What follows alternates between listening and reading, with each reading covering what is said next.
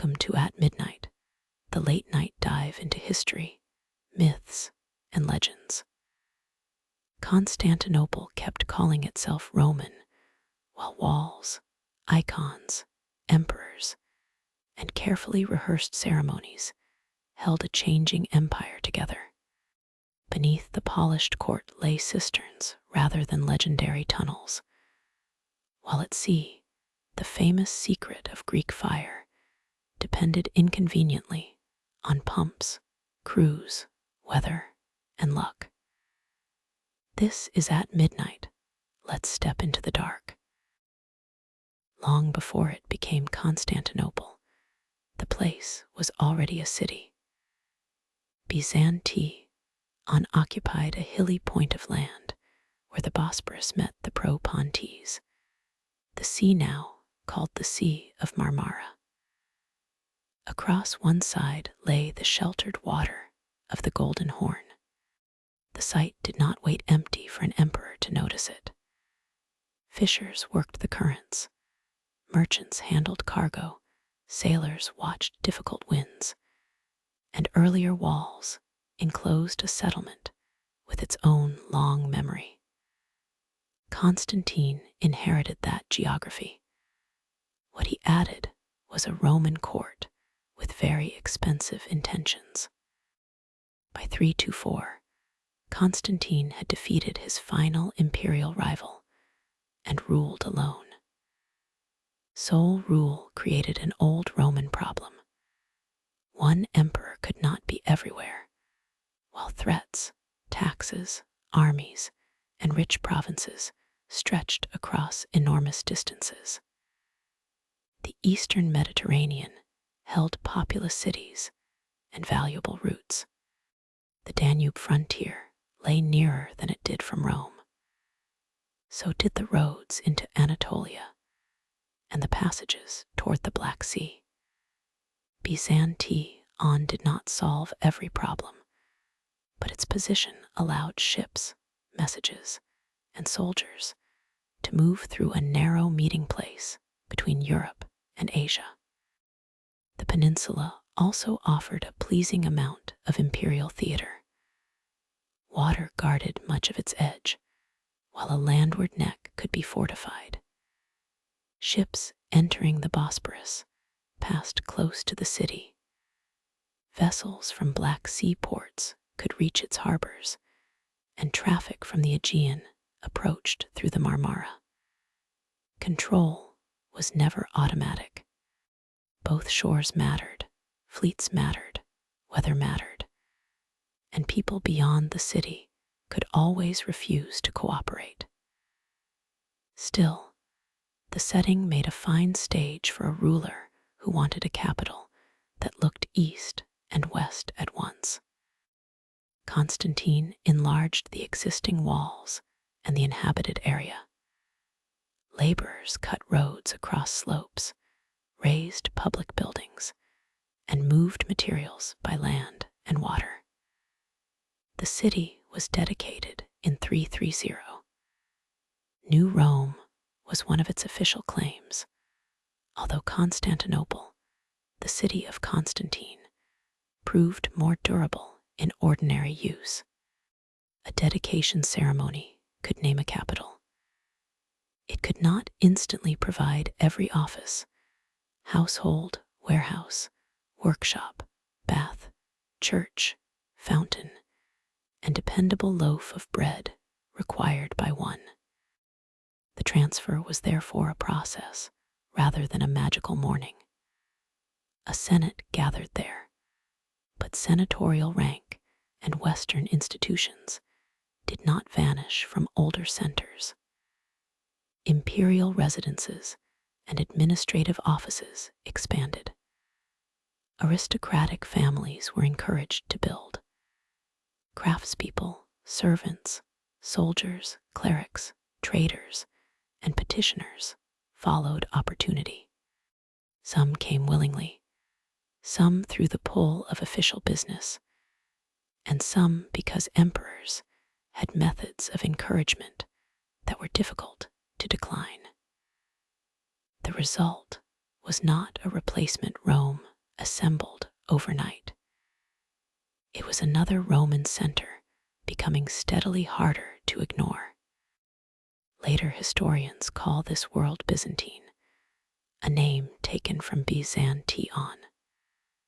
The label is useful because 11 centuries of change need some kind of filing system.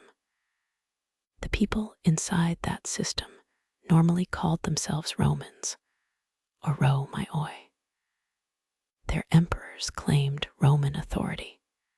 Their law, titles, coins, political memories, and arguments about legitimate rule remained Roman even as Greek became dominant and the territory changed. Calling them Byzantine is convenient. Imagining that Constantine founded a new nation of people already calling themselves Byzantines is convenient in the less helpful way. The new capital acquired a ceremonial spine. The Messi, the middle street, ran westward from the palace district through forums and crowded urban spaces. It was not one perfectly preserved boulevard with a single appearance for all time. Porticos, statues, shops, churches, columns, and paving belonged to different building campaigns. Processions used the route, but so did carts, sellers, officials, and anyone trying to cross the city while an imperial procession occupied it. Ceremony and inconvenience have often shared a street. Constantine and later rulers brought monuments from older places to furnish the capital with visible history. Columns, statues, and sacred or imperial associations made the new center look as though the Roman past had naturally gathered there. The act was both admiration and appropriation. An ancient object removed from another city gained a new setting and a new story.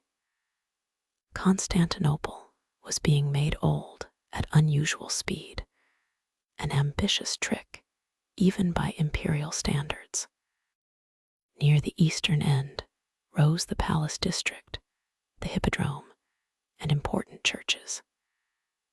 The great palace would eventually become a loose accumulation of halls, courtyards, chapels, gardens, terraces, residences, and service spaces.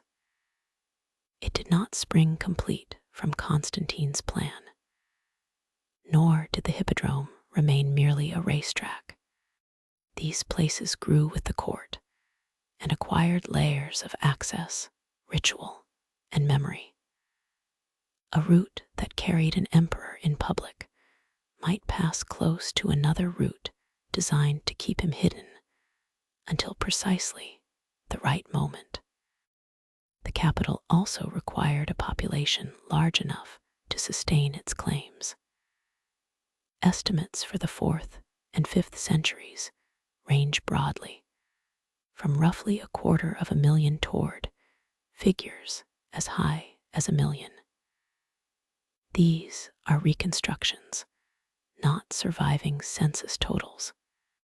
Scholars work from inhabited area, grain supply, burial evidence, water capacity, and assumptions about housing density. Each method leaves gaps.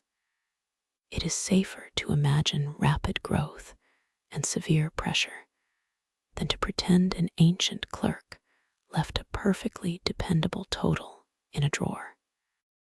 Feeding that growth tied the city to distant fields and harbors. Grain arrived under systems that changed with territory and taxation. Bread was basic, but urban life also depended on oil, wine, vegetables, legumes, fruit, fish, fuel, timber, textiles, and animals.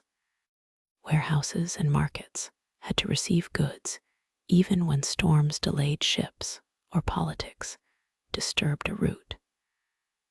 A capital was not self-sufficient simply because an emperor lived there.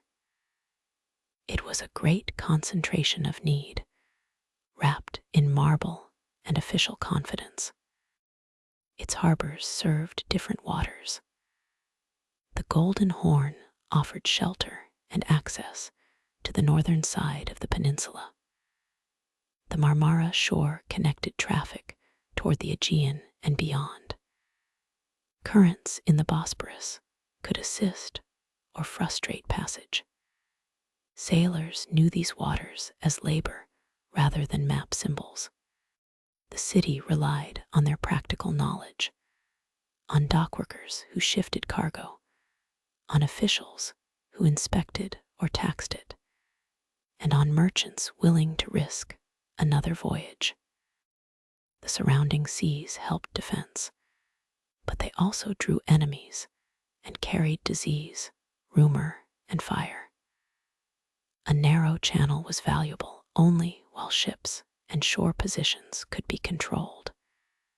The peninsula reduced the length of the landward approach, but it concentrated danger there.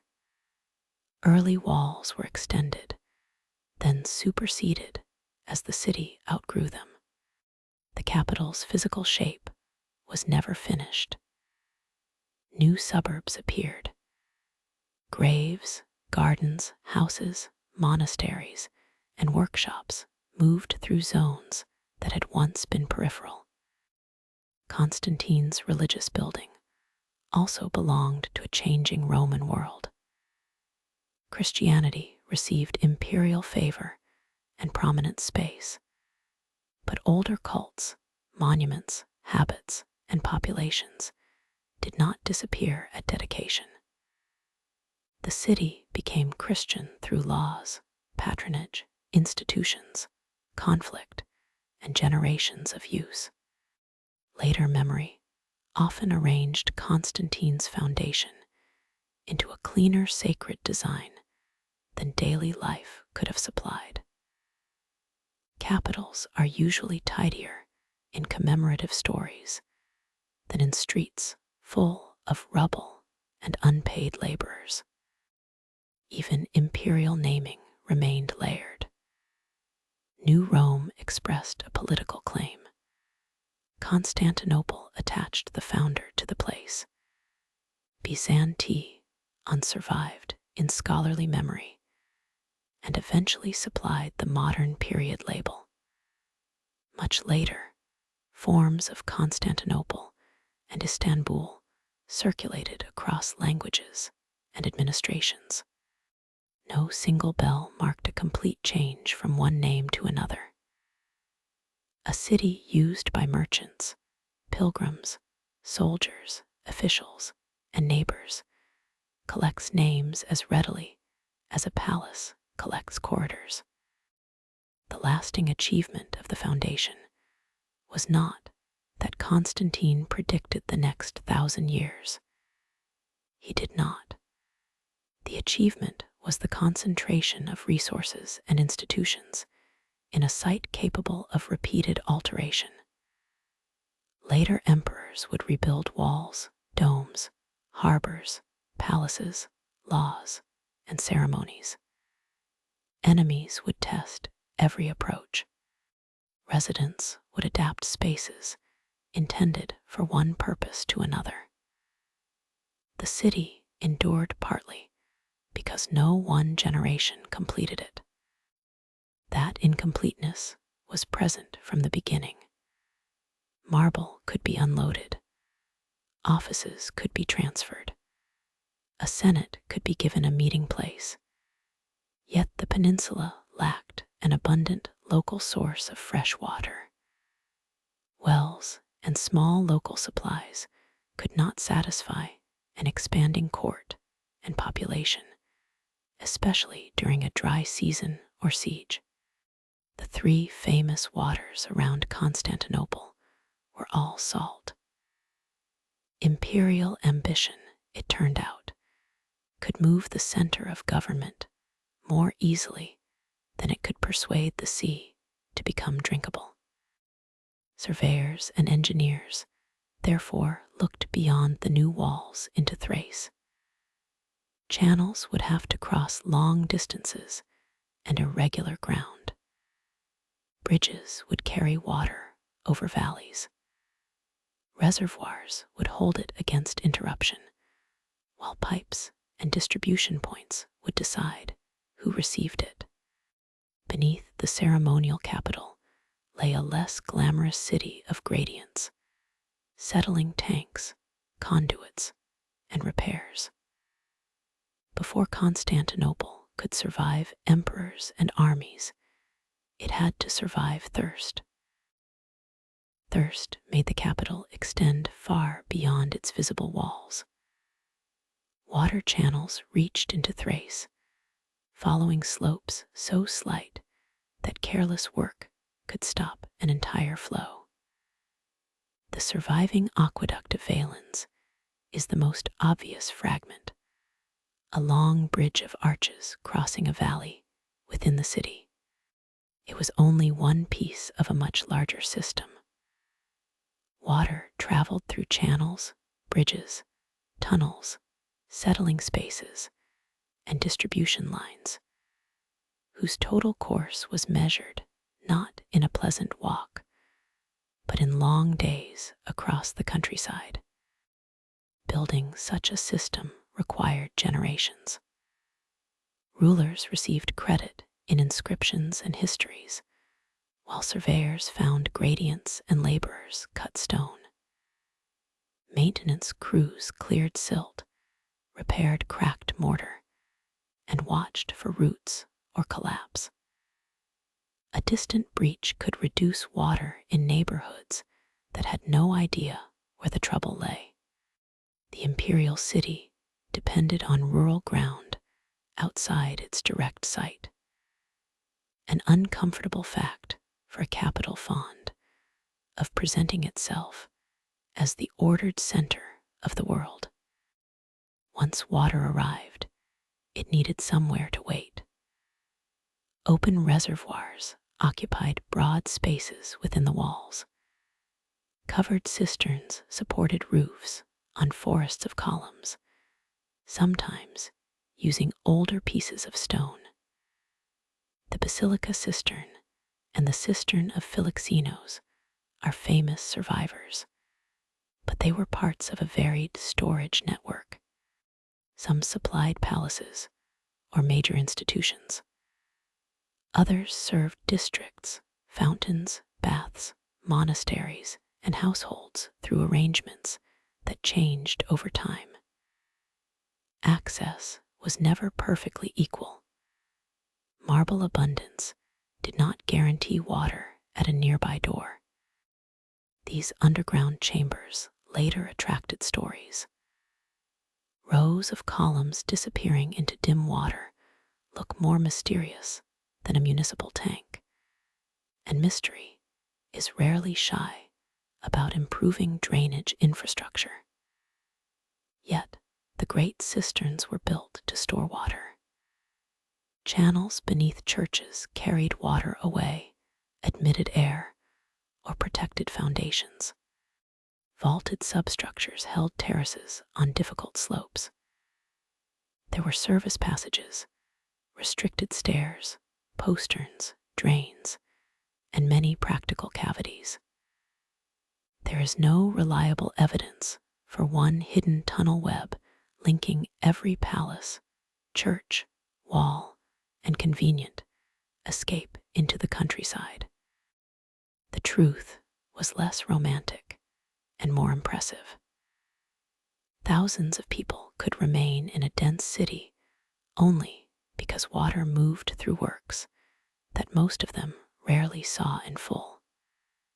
During a siege, stored supply could outlast a damaged external channel. During ordinary years, fountains reduced the distance residents carried jars.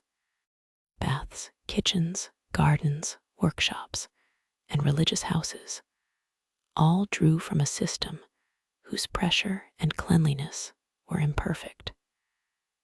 A cistern keeper was not guarding an emperor's secret exit. he was guarding something more regularly useful. Fire and earthquakes repeatedly tested this built environment. Timber roofs and floors, crowded streets, workshops, lamps, ovens, and strong winds could turn a small fire into a district disaster. Earthquakes cracked aqueduct bridges, displaced masonry, and damaged public buildings. Repair was not an occasional interruption to Byzantine urban life. Repair was Byzantine urban life. The polished surfaces remembered by visitors rested on scaffolds, reused blocks, patched roofs, and arguments about who should pay. As population expanded beyond Constantine's defenses, the landward side required a larger enclosure. Under the government of Theodosius II, a new main wall was completed by 413.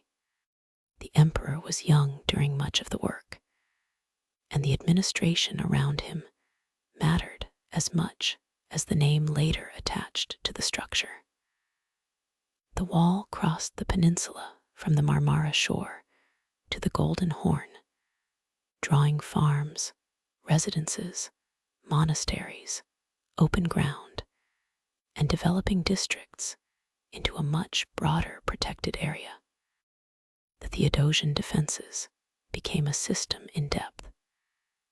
An approaching army first faced a broad moat where terrain allowed it. Beyond stood a lower outer line, then a stronger inner wall with large towers.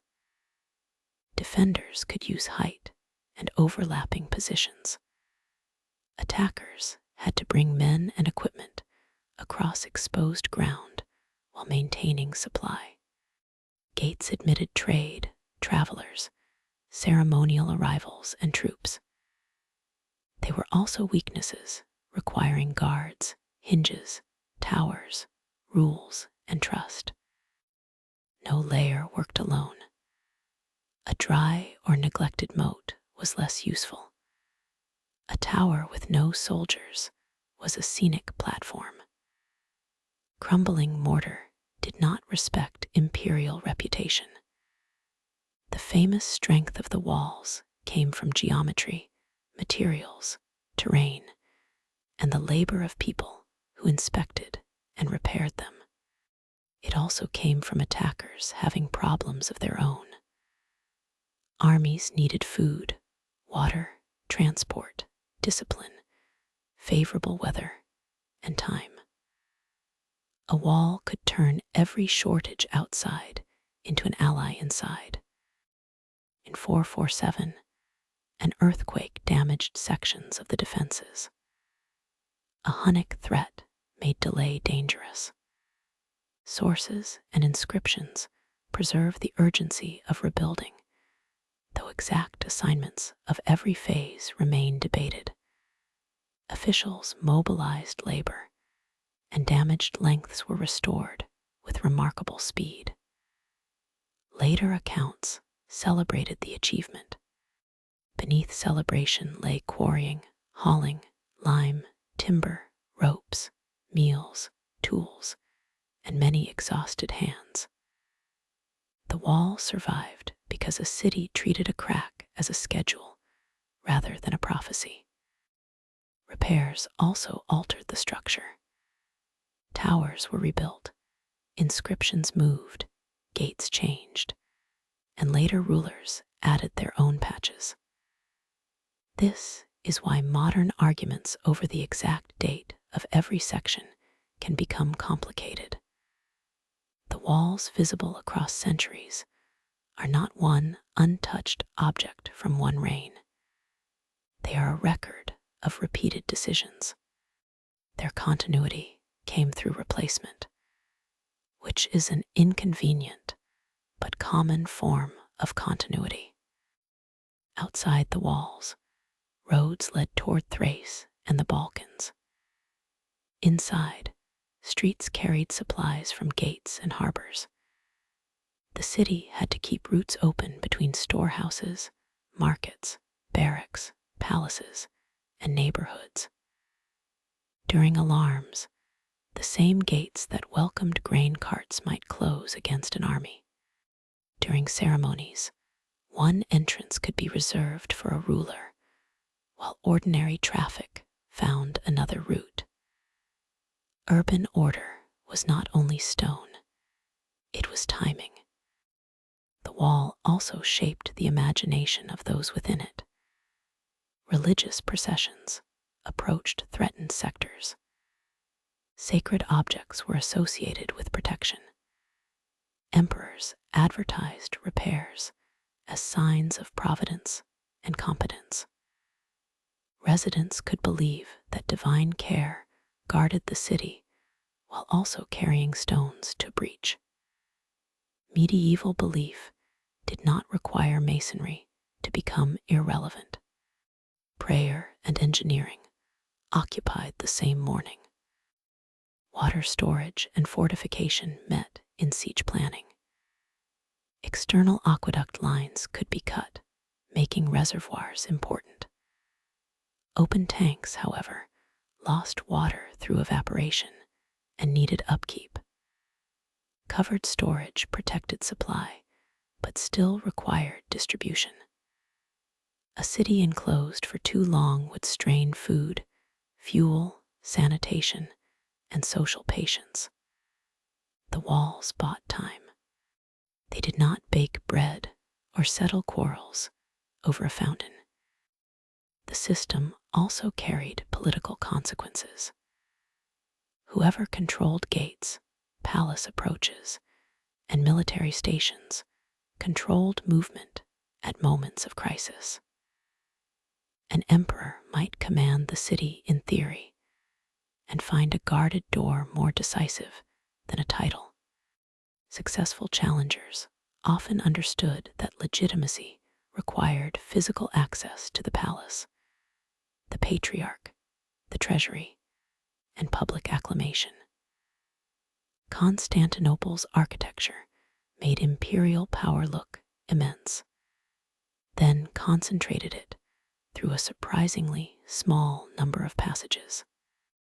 Some of those passages were deliberately restricted. A ruler could move between palace space and the imperial box at the hippodrome without crossing an ordinary crowd.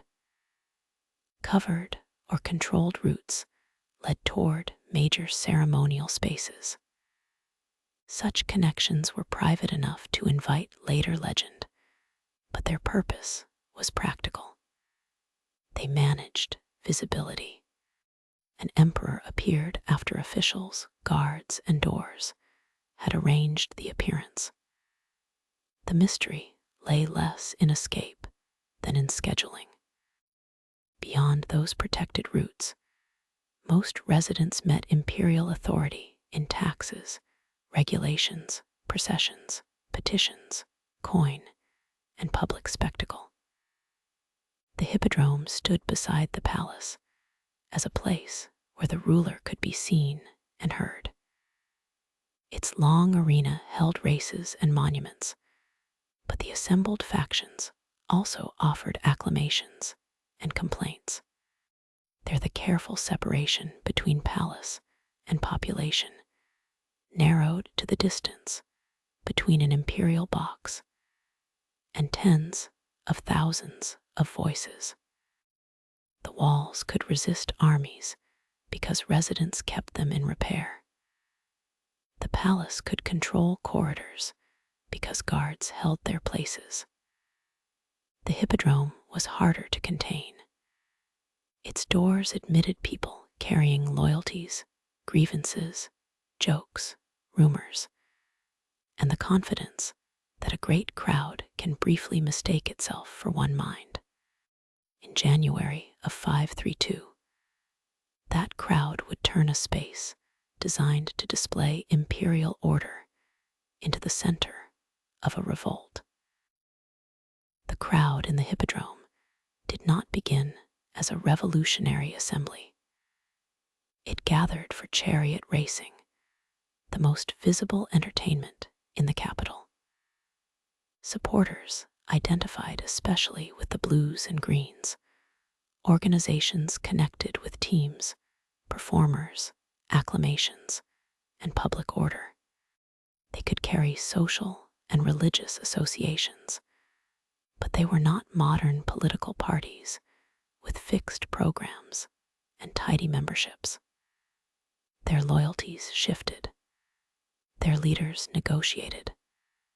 Their supporters could cheer an emperor one day and make his officials very nervous on another. At the eastern end of the arena, the emperor appeared in the kathisma, the imperial viewing box connected to palace space. His presence made a race meeting political before anyone demanded policy. Acclamations praised victories and dynastic hopes. Carefully arranged chants affirmed order. Petitions and complaints could also rise from the stands. The same institution that magnified approval magnified anger, and the palace connection allowed the ruler to withdraw without attempting a slow walk through people whose mood had changed. In January of 532, anger had several sources. Members of the factions had been arrested after disorder. Some faced punishment, while 2 men survived a failed execution and found sanctuary. Appeals for mercy mixed with wider resentment toward Justinian's officials, taxes, and style of government. Elite opponents had complaints of their own. None of these groups entered the hippodrome with one complete revolutionary plan. Crisis is often assembled from people who agree chiefly that the present arrangement has become intolerable. The factions joined in the cry of Nika, a command to conquer or win. Disturbance spread beyond the arena. Buildings burned in the center of the city, including the church that preceded the present Ayi Asofia. Fire erased boundaries between political demonstration, urban panic, and opportunity. Officials lost control of streets. The emperor dismissed unpopular ministers, but concession did not restore order. Once a government appears frightened, even sensible compromise can look like proof that more pressure will work. Justinian had ruled since 527. He brought enormous ambitions to law, religion, war, and building, supported by revenues accumulated under earlier government. He also inspired deep hostility. Procopius, the most famous historian of the reign, would later describe him in radically different ways, depending on the work. This makes Justinian unusually vivid and unusually difficult. The ruler who fills Procopius's buildings with pious achievement becomes nearly monstrous in the secret history. Neither literary mask is a neutral portrait. Theodora, Justinian's wife and empress, attracted even harsher treatment in hostile writing. Her path to the palace and her authority offended elite expectations. Procopius's secret history uses sexual accusation and demonic imagery as weapons of invective. Those pages reveal what an angry, educated man could write about a powerful woman. They do not provide permission to repeat every accusation as sober biography. Theodora's position during Nika is better approached through the political role later memory assigned her. As the crisis worsened, senators and faction leaders backed Hypatios, a nephew of an earlier emperor. He may not have sought the dangerous honor at first. Relatives of former rulers were useful precisely because imperial succession was not governed by a simple hereditary constitution. Dynasty mattered, but so did acclamation, military backing, coronation, control of the palace, and success. Hypatios was taken to the hippodrome and acclaimed.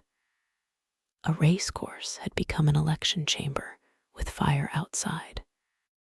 Justinian considered escape. Procopius gives Theodora a famous speech declaring that imperial purple made a fine burial cloth. Ancient historians regularly composed speeches for historical figures, shaping what seemed appropriate to character and moment.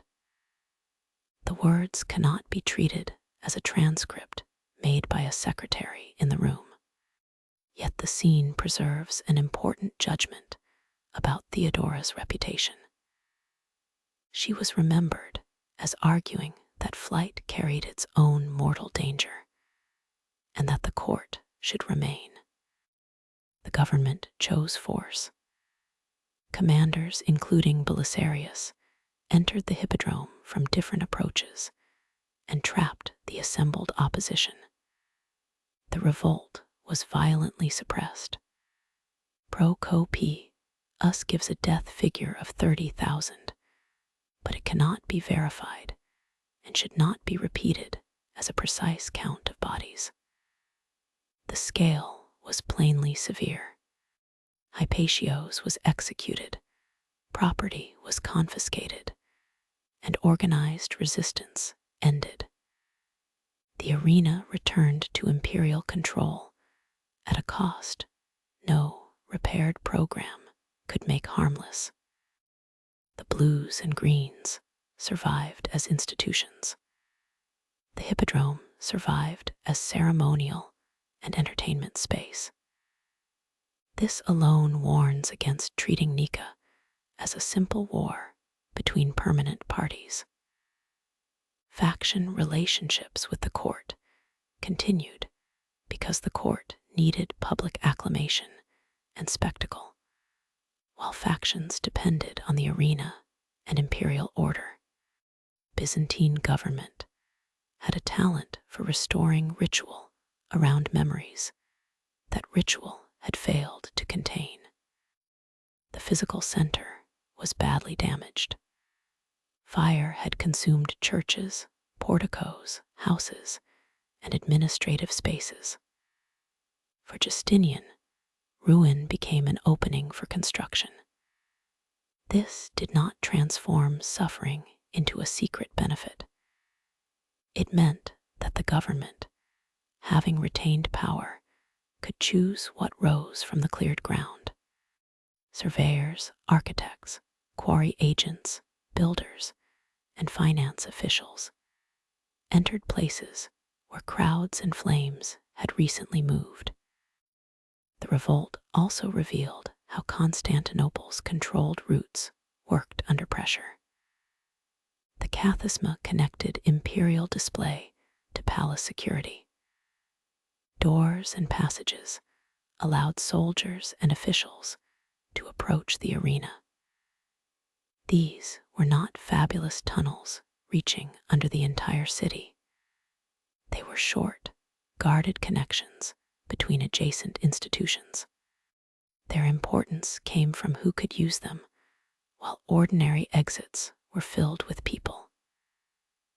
Architecture gave the court options, but only a political decision turned those options into action.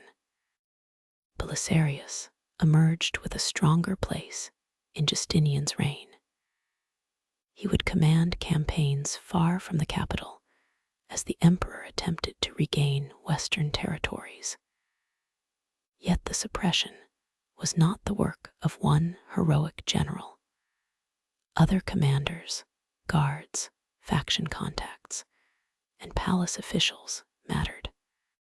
Later storytelling tends to concentrate action in famous names, because a crowd of administrators is difficult to put on a pedestal. Empires less considerately rely on the crowd. Theodora remained a major political partner and patron until her death. Her precise influence on each policy is not always recoverable, but her status cannot be reduced either to pro-co p us's scandal or to one polished speech. Like other empresses, she could mediate petitions, support religious communities, shape appointments, and reinforce dynastic rule. Her visibility did not mean ordinary Byzantine women enjoyed equal authority. It meant the palace could create exceptional forms of power while leaving broader hierarchies intact. Justinian's survival strengthened his freedom to pursue vast projects. Commissions gathered centuries of Roman legal writing. Armies sailed to North Africa and fought long wars in Italy. Builders raised forts and churches. Religious policy sought forms of unity that repeatedly produced new disputes. The ambitions were connected by an urge to arrange the Roman world under one emperor, one law, and one approved faith. The world did not always appreciate being arranged. In the burned church district, Justinian commissioned a structure, unlike the basilica that had been lost. And them eos of trowels and do rows of maltos approached the problem with geometry, materials, and daring. They had to place an immense dome over a broad interior, while bringing its weight down through piers and arches. The work demanded stone and marble from distant regions, columns, brick, mortar, metal, timber, skilled crafts, and a labor organization capable of moving them through a damaged city. The building site became a quieter expression of imperial power than the arena, though not necessarily a gentler one for the treasury. Teams raised walls, while legal commissioners sorted texts and armies prepared for distant campaigns. Each project promised order. Each consumed resources accumulated by taxes and predecessor governments. Justinian's reign would be admired for what it made, and criticized for what making required. Ash was cleared from the center, but memory remained beneath the foundations. The new church would be dedicated only 5 years after the revolt. Its polished surfaces would seem to dissolve in light, while the engineering above them remained under relentless pressure. The hippodrome had shown that political order could crack without warning. Hagia Sophia would soon show that even an imperial dome had to negotiate with gravity. Gravity received no place in the imperial hierarchy, yet it held a firm opinion about the new church. And them eos and do rows created a vast central space by setting the circular base of a dome above a square formed by great piers.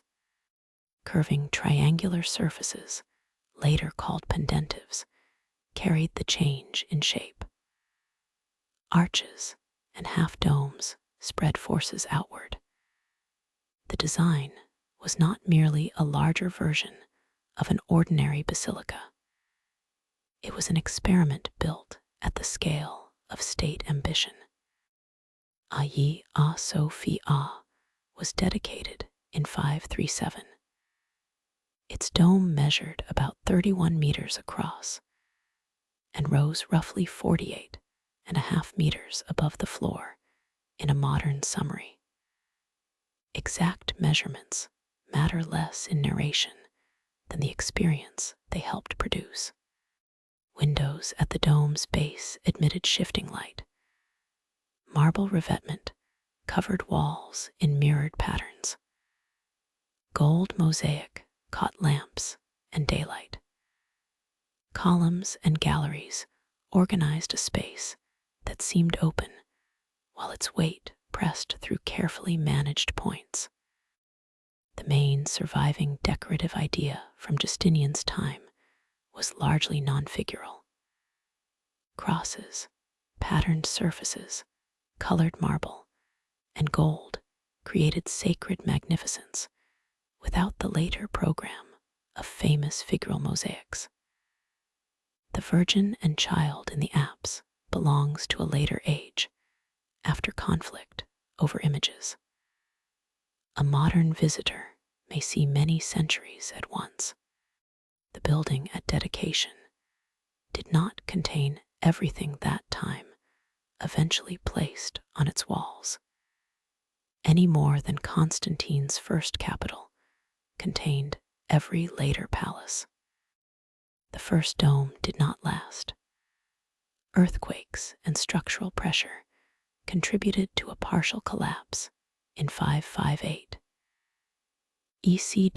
Rose the Younger oversaw a revised form, completed in 562, with changes that raised and strengthened the dome. This was not an embarrassing footnote to a perfect monument. It was the monument's history. Hagia Sophia endured through alteration, buttressing, repair, replacement, and new decoration. Its apparent permanence was made from repeated admissions that stone sometimes loses an argument. While builders arranged load and light, legal commissioners arranged centuries of Roman law. Under the jurist Tribonian and others, Justinian's government produced the Codex, the Digest or Pandects, the Institutes, and later novels. They gathered, selected, revised, and organized older imperial rulings and juristic writing. The project was not a wholly new law code created from an empty desk. It was a controlled act of preservation and deletion.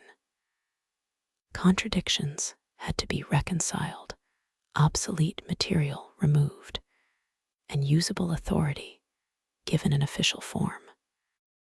The Digest, in particular, preserved extracts from earlier Roman jurists whose complete works often disappeared. Selection saved words and also determined which words survived. The institutes taught legal principles. The Codex arranged imperial constitutions. The novels recorded later legislation, many in Greek rather than Latin. These books later traveled through very different legal cultures. They influenced law far beyond the empire, but they did not single-handedly invent every modern legal system, despite the sort of grand claim that makes a preface feel briefly employed. Justinian also sent armies west. Belisarius helped defeat the Vandal kingdom in North Africa. War against the Ostrogoths in Italy lasted much longer and involved commanders including Narcies, local allies, administrators, soldiers, and communities caught between changing powers. Imperial forces regained territory, but the campaigns devastated regions and demanded money and manpower. A map could display restored Roman shores, while accounts and tax records carried a more difficult story. Procopius followed Belisarius and wrote about these wars. His Wars presents campaigns with analysis, set scenes, and literary models. His Buildings praises Justinian's construction across the empire, sometimes assigning the ruler a very generous share of achievement. His secret history attacks Justinian, Theodora, Belisarius, and Antonina with scandal and fury. The same educated observer could produce all three because genre, audience, danger, patronage, and personal grievance shaped what history looked like on a page. This does not make Procopius useless. It makes him a source requiring company. Archaeology can test buildings. Laws can show official intention. Coins and inscriptions reveal messages and offices. Other narratives supply different hostility or praise. Procopius remains indispensable because he stood close to events and wrote in detail. He is also a reminder that proximity does not drain bias from a person. Occasionally, it provides bias with better furniture. The expanding program strained imperial finance. Earlier reserves associated with Anastasius had helped create room for action, but wars, forts, gifts, salaries, churches, and administration consumed resources. Tax collection reached communities already dealing with war and disruption. Religious uniformity proved no easier to build than a dome. Arguments over doctrine linked court politics to bishops, monasteries, regions, and rival imperial traditions. Justinian's government could issue a law. Acceptance traveled at another speed. Then disease entered the imperial system. The first plague pandemic reached the empire during the reign, and Procopius described Constantinople in 542. Modern ancient DNA from first pandemic burials confirms that the pathogen was Yersinia pestis. This is unusually firm evidence in a subject filled with uncertain totals. It identifies the bacterium. It does not tell how many people died in every district, how uniformly the disease spread, or exactly how much later imperial change it caused. Procopius offered dramatic daily death figures, but no surviving municipal register can verify them. Burial routines were overwhelmed. Work and trade were disrupted. Families lost members, institutions lost staff, and government measures struggled with practical need. The effects were severe, without requiring invented precision. Scholars continue to debate mortality, regional variation, repeated waves, and long-term demographic weight. Plague belonged among war, taxation, climate variation, and political choice, not above them as one master explanation for all decline. The capital's infrastructure met another kind of pressure. Water still had to flow. Bread still had to arrive. Care had to be improvised in households, religious communities, and public arrangements. The wealthy could not purchase certainty, though they could obtain space and assistance. The poor faced greater exposure to disrupted work and supply. Sources written by elite men rarely preserve a complete account of those differences. Silence in the record should not be mistaken for equality in the street. Justinian lived until 565. By then, the empire held territories won through expensive campaigns, possessed a monumental church unlike any earlier one, and carried a legal compilation of extraordinary future importance. It had also endured rebellion, disaster, epidemic, religious conflict, and fiscal strain. Later labels, such as Golden Age or Overreach, catch only one face at a time. The reign itself had several faces, as Procopius inconveniently demonstrated. Theodora had died years earlier. Belisarius's later career became wrapped in stories, some more dependable than others. Narses completed major phases of Italian conquest.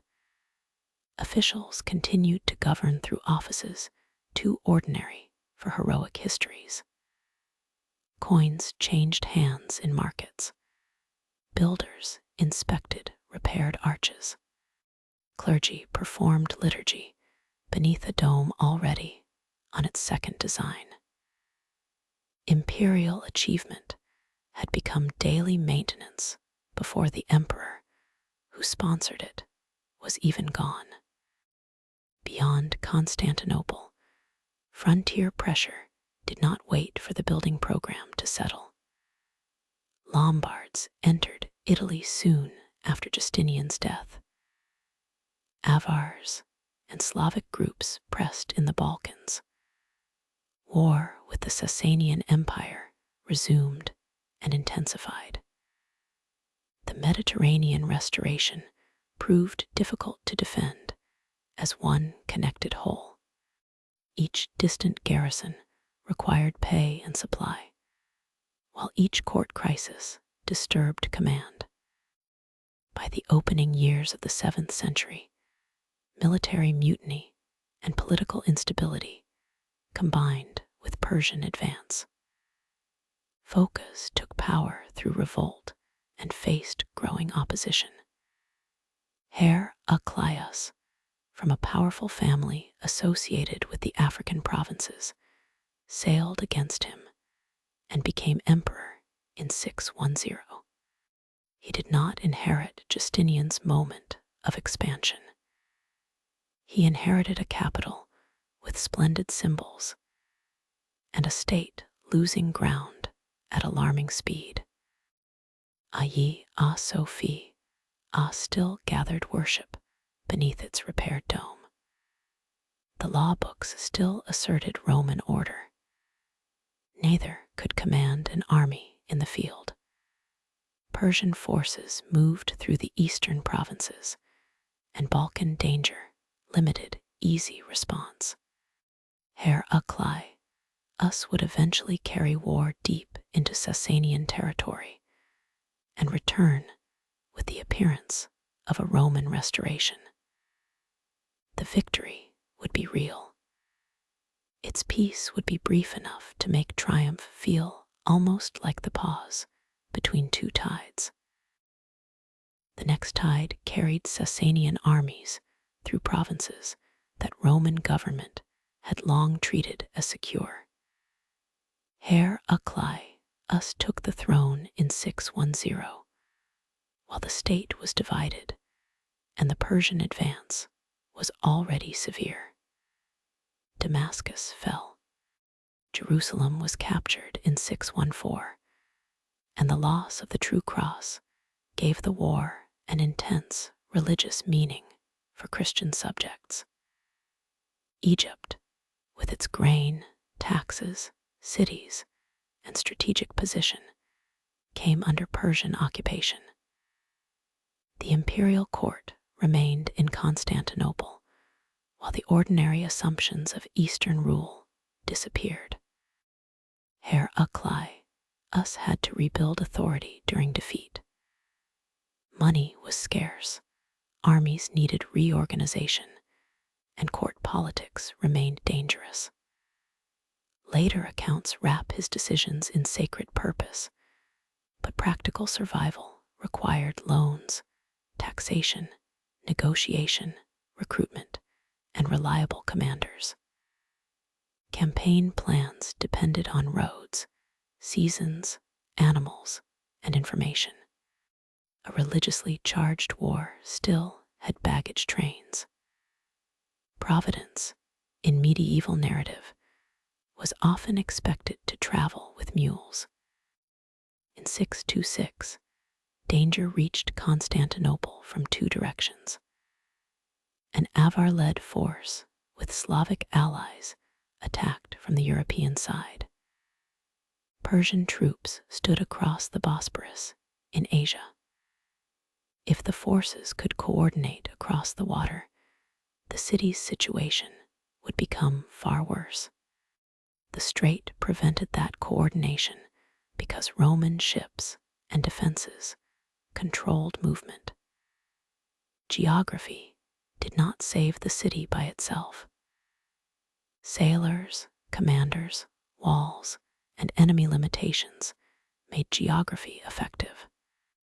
Heraclius was away campaigning. Defense fell to officials, troops, residents, and religious leadership in the capital. Later memory emphasized the protection of the Virgin, and worshippers credited sacred intervention. Processions, prayer, and hymns gave meaning to survival. These beliefs shaped how the event was remembered and how Constantinople imagined its special protection. They can be narrated alongside the material facts, without forcing one explanation to erase the other. The attackers failed to combine their strength and withdrew. Wall lines held. Ships blocked crossing.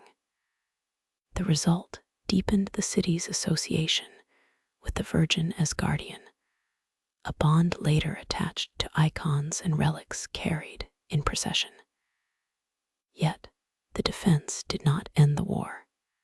Heraclius continued campaigns that moved through Anatolia and into Sasanian lands, choosing routes that threatened the enemy's own political center, rather than merely pursuing lost provinces one by one. The campaigns were dangerous and distant.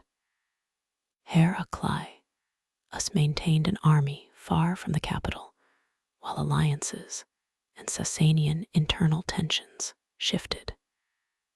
Victories weakened the Persian ruler, Khusro II.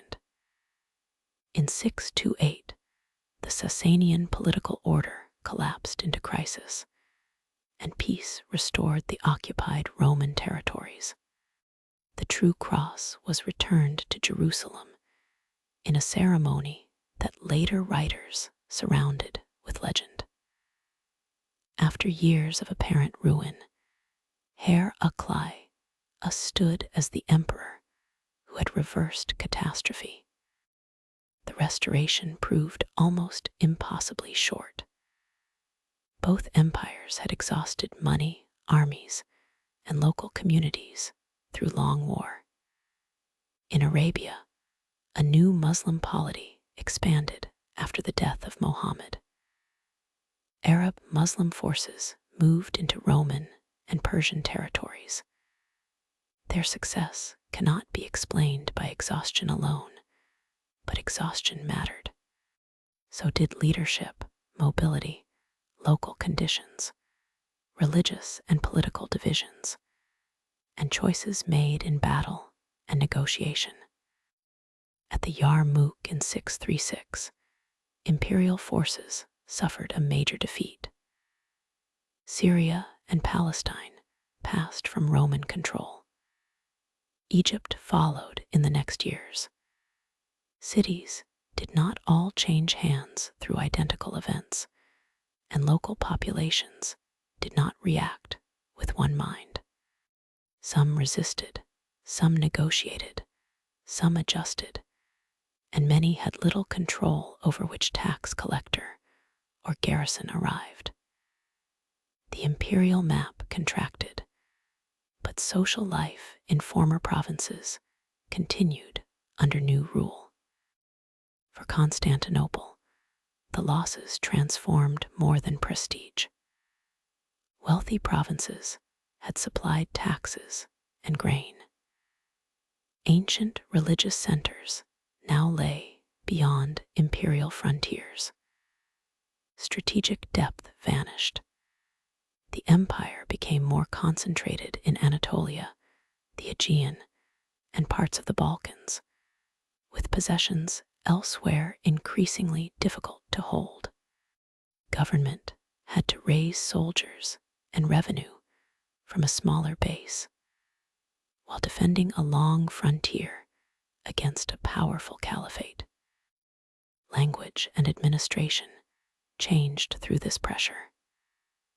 Greek became increasingly dominant in government and culture, especially as Eastern provinces with other language traditions left imperial control and Latin receded. There is no secure evidence for one Heraclean decree that suddenly made Greek the official language. Languages do not usually wait for an emperor to sign permission before changing their place in working institutions. Provincial military organization changed as well. Districts associated with armies came to be called themes. Older histories sometimes credited Heraclius with creating a complete theme system in one reform. The evidence instead suggests gradual development. Army groups settled or drew support in provinces. Commands, fiscal responsibilities, and territorial names shifted across decades. Seals, coins, laws, and scattered narratives show adaptation, but they do not preserve a single morning when the old structure was neatly replaced. This slower view makes survival less glamorous and more credible. Officials reused offices. Commanders negotiated with local landholders. Soldiers received support under arrangements that varied. Tax collection continued where it could. Fortified towns and passes mattered. Central field units later existed beside provincial forces. The institution modern scholars call the thematic system was a moving answer to repeated emergencies, not a machine delivered complete by one clever emperor. Coins record contraction in their own quiet way. Imperial portraits and crosses continued to claim Roman and Christian authority, even as metal, design, and circulation changed. Lead seals name officials in places that literary histories barely mention. A seal attached to a document could carry an emperor's order farther than his army. Thousands of surviving seals reveal military commands, bishops, monasteries, tax officers, and provincial jurisdictions. They are the paperwork of survival, flattened into small pieces of lead. Constantinople changed with the state. The supply system adjusted after Egypt's loss. Grain came through different regions and fiscal arrangements. The city may have lost population, though exact totals are uncertain. Some monumental spaces saw less maintenance, while defense remained urgent. The court continued to call its polity Roman, not because nothing had changed, but because Roman identity provided a language for legitimate rule during change. Heraclius's later years were shadowed by losses after the brilliant Persian victory. This does not make his earlier campaigns meaningless. It reveals how quickly strategic conditions can move beyond one ruler's plan. The Byzantine Empire, Rome's formidable rival, was conquered by Arab armies. The Roman Empire, centered on Constantinople, survived, diminished but intact. It did so by abandoning some old expectations before they consumed what remained. The capital was still the largest prize. Arab commanders and caliphs understood that taking it could transform the struggle. Fleets became essential because the city could not be reduced by land alone, while ships supplied it and controlled the straits. Naval warfare demanded timber, shipyards, rope, sailcloth, trained crews, pilots, bases, and knowledge of currents. It also encouraged experiments with incendiary weapons, already known in various forms around the Mediterranean. Later Byzantine tradition credited a technician named Kallinikos, said to have come from Heliopolis, with bringing or improving a special fire weapon in the later 7th century. The main narrative source for this claim, the Anis, wrote much later and arranged a difficult chronology. Kallinikos may have improved an existing compound or projection system. He did not invent the human idea of setting an enemy ship on fire, an idea old enough to require very little introduction. Arab attacks against Constantinople in the later 7th century entered Byzantine memory as a long siege. Modern study has questioned whether a continuous blockade from 674 to 678 really occurred. A major campaign in 667 to 669 may have been combined with later naval warfare and peace. The uncertainty does not make the danger imaginary. It means separate seasons and operations may have been polished into one clean story. In shipyards and arsenals, crews prepared siphons, containers, pumps, and vessels for close-range fighting. Whatever the precise formula, it had to be stored, moved, ignited, and aimed by people standing on a wooden ship. Wind could turn confidence into alarm. Range was limited. Equipment could fail. The famous secret was not only a liquid, it was an entire practice system, waiting in the harbor while hostile sails approached. Those sails did not approach one uninterrupted camp lasting 4 years. The familiar account of a first Arab siege from 674 to 678 rests heavily on the later chronology of the Anis. Other evidence points toward a major attack in the later 660s, followed by separate naval operations and a peace near the end of the next decade. The revision is less tidy, but naval war usually is. Fleets sailed by season, sought bases, repaired, gathered supply, and returned when conditions allowed. Byzantine incendiaries became famous within this uncertain sequence. Medieval sources called them liquid fire, sea fire, or Roman fire, rather than the modern label Greek fire. A likely reconstruction begins with petroleum or naphtha, perhaps thickened with resin. Experiments can show that such mixtures are plausible.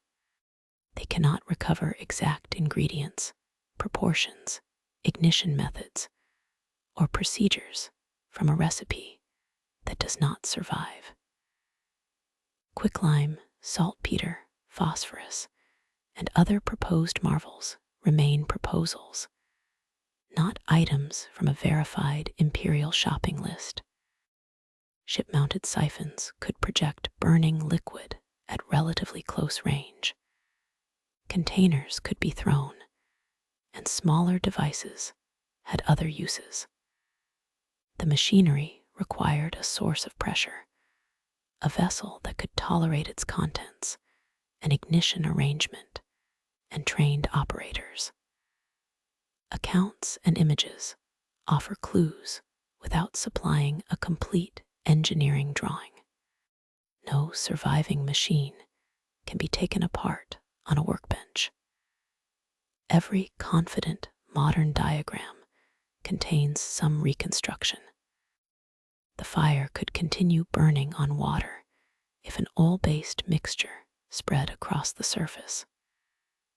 This does not prove that it burned underwater or ignited only when it touched water. Nor was every incendiary compound across centuries chemically identical. Technical traditions mention possible protections and extinguishing agents, but none created universal safety. The practical defense might be distance, maneuver, hides or coverings, prepared materials, favorable wind, or simply not placing a ship where a siphon could reach it. Wind was especially troublesome. A weapon projected from a wooden vessel could threaten its own crew if direction changed. Pumps and seals needed maintenance. Fuel had to be transported without accident. Operators had to coordinate while decks moved and enemy missiles arrived. Greek fire was frightening, partly because fire at sea is frightening. Its imperial secrecy added reputation, and reputation could disrupt an opponent before a flame crossed the water. Constantine VII, the scholarly emperor who lived much later, preserved a story that an angel had revealed the fire to Constantine the Great with a command never to share it. This was not technical history. It was a court argument that the weapon belonged to the Roman emperor by sacred grant. The legend joined secrecy to legitimacy. A foreign request for the formula could therefore be refused as more than ordinary policy. Heaven itself, according to the convenient account, had already classified the document. Secrecy probably concerned more than ingredients. Skilled crews, workshop practice, storage, pumping equipment, and tactical knowledge could remain within controlled institutions even if enemies knew that petroleum burned. Technologies are often hardest to copy where craft habits and reliable supply matter. Capturing a container did not capture the training behind it. At the same time, rivals developed incendiaries of their own, and Byzantine fleets still lost battles. No weapon canceled the rest of war. The clearest great test came in 717 and 718. An Umayyad force approached Constantinople by land and sea. Leo III had taken power amid political instability shortly before the siege. He inherited walls, a navy, stored knowledge, and a population facing a serious blockade. The attacking totals in medieval accounts are immense and inconsistent. They express scale and wonder more reliably than arithmetic. Leo's defense combined several methods. The walls restricted land assault. Naval action threatened ships and supply. Diplomacy sought divisions and outside pressure. The defenders denied easy access to provisions. A severe winter punished the besieging forces, whose needs increased as local resources diminished. Hunger and disease followed. Some contingents defected or withdrew, and Bulgar attacks added danger from beyond the immediate Roman defense. Greek fire mattered in the naval struggle, but it was one part of this alignment. A burning ship could disrupt formation and confidence. It could not make winter cold or feed defenders. Walls, intelligence, weather, supply, diplomacy, enemy command, and the actions of Bulgars all contributed. The siege failed because the attacking system broke under several pressures, while the defending system held long enough. Survival had no single secret ingredient either. Inside the city, reservoirs and storehouses justified generations of maintenance. Watch rotations kept soldiers at walls and sailors near vessels. Craftspeople repaired equipment. Animals consumed fodder. Bread supply had to be controlled. Religious services interpreted the danger, while officials managed queues and orders. Sources naturally favor commanders and miracles. The siege also depended on bakers, carriers, carpenters, and people cleaning spaces. No chronicler expected to become memorable. The failed siege had broad consequences, but it did not end conflict between the empire and caliphates. Raids, campaigns, prisoner exchanges, truces, border markets, and diplomatic missions continued. Warfare and exchange occupied the same frontier. Luxury objects, artistic ideas, scientific learning, captives, merchants, and envoys crossed political lines. Religious rivalry did not build a sealed wall around culture. However, much court writers preferred boundaries to look orderly. Leo emerged with strengthened authority. His reign also became attached to the beginning of imperial opposition to sacred images. The traditional story gives a precise opening in 726 or 730, and sometimes centers on an order to remove an image of Christ above the chalk entrance to the palace. The evidence for one universal opening edict or one clean initiating incident is weak. Later icon supporters wrote much of the surviving narrative, and their victory shaped the archive.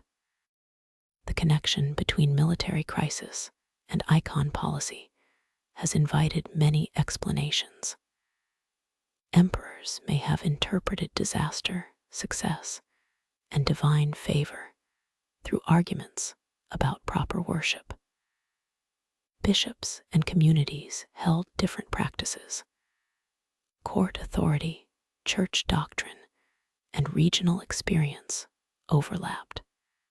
It is tempting to imagine Leo leaving the walls after victory and immediately declaring war on every image.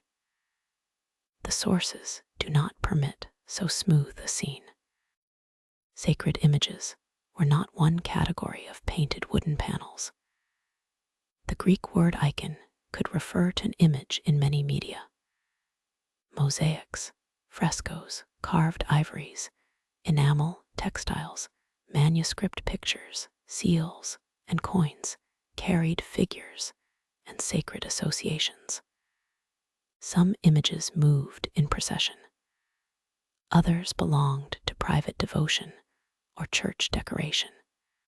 Policy toward this varied material could never be implemented as one simple visit from an official with a ladder. Nor did opponents of icons oppose all visual art. Crosses and non-figural ornament could be favored. Emperors who rejected veneration still used symbols, architecture, rich materials, and ceremony. Some images were removed or covered. Some defenders suffered punishment, especially in particular conflicts. Yet the picture of every icon, everywhere being smashed continuously for more than a century, cannot be sustained. The source problem resembles smoke after a naval battle. The general form of conflict is visible, while exact movements disappear and later witnesses arrange what remains. Iconophal saints' lives emphasized courageous resistance. The definitions of iconoclast councils often survive within hostile refutations. Material evidence shows both destruction and continuity. A historian has to listen to the victors while remembering that they chose many of the losing words still available. Leo III, the emperor associated with the Winter Siege, died in 741. The argument continued under his successors and through two separate periods divided by a restoration. It would draw in imperial women, monks beyond imperial reach, rival councils, coins, crosses, and the very meaning of matter in Christian worship. The harbor smoke had cleared. Attention gathered around a church door, where no dependable witness could now say exactly when an image vanished. An absent image is difficult evidence. If it was destroyed, the object cannot explain how or when. If it was replaced, the replacement may belong to another argument. If a later writer describes the loss, that writer may be preserving memory or arranging a useful beginning. The disputed image above the chalk gate became such a beginning for iconophal history. Modern caution leaves the opening of iconoclasm in the 720s or 730s without pretending that one secure decree survives. The theological dispute concerned what Christians did with images and what that action meant. Supporters distinguished veneration offered through an image from worship owed to God. Because Christ had taken material human form, they argued, matter could carry a sacred representation without becoming a god. Opponents feared that honor paid to a made object crossed into idolatry or confused Christ's nature. Both sides claimed Christian truth and inherited authority. Neither thought it was merely debating decoration. John of Damascus became a major defender of images. He wrote under Umayyad rule, beyond the direct reach of an iconoclast emperor in Constantinople. His location mattered. Imperial policy did not cover every Christian community, even where Byzantine writers imagined the emperor as guardian of universal order. John used the incarnation, the belief that God had taken flesh, to defend sacred depiction. Material things, in his argument, could mediate honor because matter had already entered the heart of Christian belief. Within the empire, policy varied by ruler, place, and period. Coins changed images. Church decoration could be removed, covered, or replaced with crosses and ornament. Monks and clergy entered political struggles, but monasteries were not one united opposition party. Some people resisted, some complied, and many left little record. The surviving literature gives exceptional conflict more room than ordinary adjustment, because a saint calmly living through an administrative compromise makes poor heroic reading. In 754, a council at He-a-Re-a rejected icons. It claimed ecclesiastical authority, though later opponents condemned it for lacking proper representation and doctrine. Much of its definition survives because the Council of Nicaea later quoted and refuted it. This creates a peculiar archive. The losing argument reaches the present through pages arranged by the winners. Its words survive, but not on neutral ground. The first restoration came under Irene, who governed first as regent for her son Constantine VI.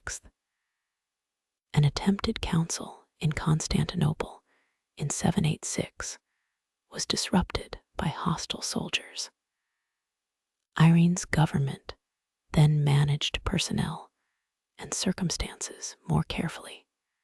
In 787, the Second Council of Nicaea restored the veneration of icons while distinguishing it from worship.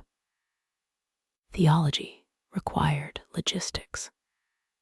Before bishops could settle sacred representation, the government had to make certain the meeting could remain in session. Irene later ruled in her own name after a brutal struggle with her son. Her career demonstrates the possibilities and dangers of female imperial authority. An empress could act as regent, dynastic bridge, patron, and ruler, though this did not dissolve patriarchal limits for women generally. Her support for icons became central to later memory. Her political acts remained more complicated than the role of pious restorer alone. The settlement of 787 did not last. Leo V revived iconoclast policy in 815 during another age of military pressure and contested legitimacy. A second period followed, different in context, and often less easily reconstructed than simple timelines suggest. Officials again promoted non-figural alternatives and disciplined opposition. Later saintly biographies supplied vivid scenes, but they must be read as works meant to display courage, doctrine, and divine favor. The final restoration occurred in 843 during the regency of another Theodora, not Justinian's wife, but a ruler separated from her by 3 centuries. Her government removed the iconoclast Patriarch John and installed Methodios. A ceremony affirmed the return of images, later commemorated as the triumph of orthodoxy. The annual observance gave a complex political process a clear liturgical ending. Ritual can do what history rarely does, and decide that an argument has reached its final page. The restoration did not mean every church was suddenly filled with new figures. Decoration required money, materials, artists, patrons, and time. Nor did it restore a lost Justinianic program exactly as it had been. I.e., a Sophie Oz App's image of the Virgin and Child became associated with the post-iconoclast age. It belongs to the later 9th century, not the church's dedication under Justinian. The building carried both periods without labeling them for future confusion. Icons themselves took many forms. A panel might use encaustic or tempera. A mosaic assembled color from small pieces across a curved wall. Ivory offered a portable surface for fine carving. Enamel, textile, metalwork, manuscript painting, and seals brought sacred figures into different settings. Early encaustic panels at St. Catherine's Monastery on Sinai survived outside direct Constantinopolitan control. Their survival does not reveal what every capital church once held. but it widens the material history beyond destroyed palace objects. Some images traveled through the city. The Ho De Ji Tri Ah, an image of the Virgin, was carried in procession and associated with Constantinople's protection. Tradition attributed it to Saint Luke. That attribution gave sacred authority, but cannot be treated as verifiable artistic authorship. Belief in an ancient or miraculous origin mattered historically because it shaped ritual, patronage, and confidence. A historian can describe what worshippers believed without claiming access to a workshop in the apostolic age. Relics operated in a similar field of presence and protection. Churches and the palace gathered objects associated with holy people and events. They moved in processions, entered diplomacy, and became targets of devotion and later plunder. Their power in political life did not depend on modern verification. It depended on communities, institutions, and rulers acting as though these objects joined heaven to the city streets. Monasteries helped sustain that world. They were houses of prayer, but also landholders, employers, schools, charitable foundations, places of retirement, and sometimes places of political confinement. Foundation documents, called typica, specified liturgical cycles, meals, offices, property, and care. These texts describe intended order. They do not prove that every meal arrived on time or every office was performed exactly. Prescriptive writing has always enjoyed a confidence daily schedules do not share. Copyists in religious and secular settings preserved scripture, theology, law, medicine, history, poetry, and ancient literature. Survival was selective. Works useful in schools or valued by patrons were copied more often. Parchment could be scraped and reused, producing palimpsests where older words remained faintly below newer text. Reuse was not necessarily contempt. Parchment was costly, storage was finite, and a practical community made choices whose long consequences it could not know. The end of iconoclasm opened a period of artistic production, legal compilation, missionary work, and military recovery, often associated with the so-called Macedonian dynasty. The phrase Macedonian Renaissance can be useful if it does not imply that learning had vanished and suddenly woke. Scholars had copied and argued throughout earlier centuries. What changed was the scale and direction of patronage, confidence, and classification. Court scholars gathered knowledge about ceremonies, provinces, neighboring peoples, and old precedents. Among them, Constantine VII became the emblem of an emperor who ruled partly through books. His compilations preserved material from several ages. They also arranged it for current political needs. In his court, an old ritual could become a tool, a foreign origin story could become advice, and a secret weapon could receive an angelic pedigree. Restored images moved through the same ceremonial spaces. A procession required a route, ranks, garments, responses, doors, and carefully timed appearances. Sacred order and imperial order supported one another without becoming identical.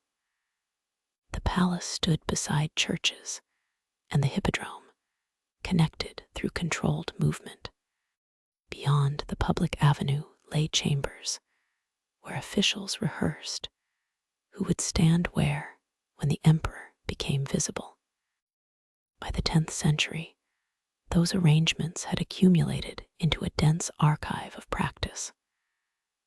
Constantine, the seventh book of ceremonies, would preserve coronations, feast days, receptions, acclamations, and routes from different periods.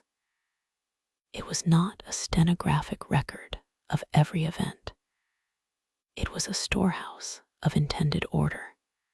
Through its doors, restored icons entered a palace that treated movement itself as a form of government.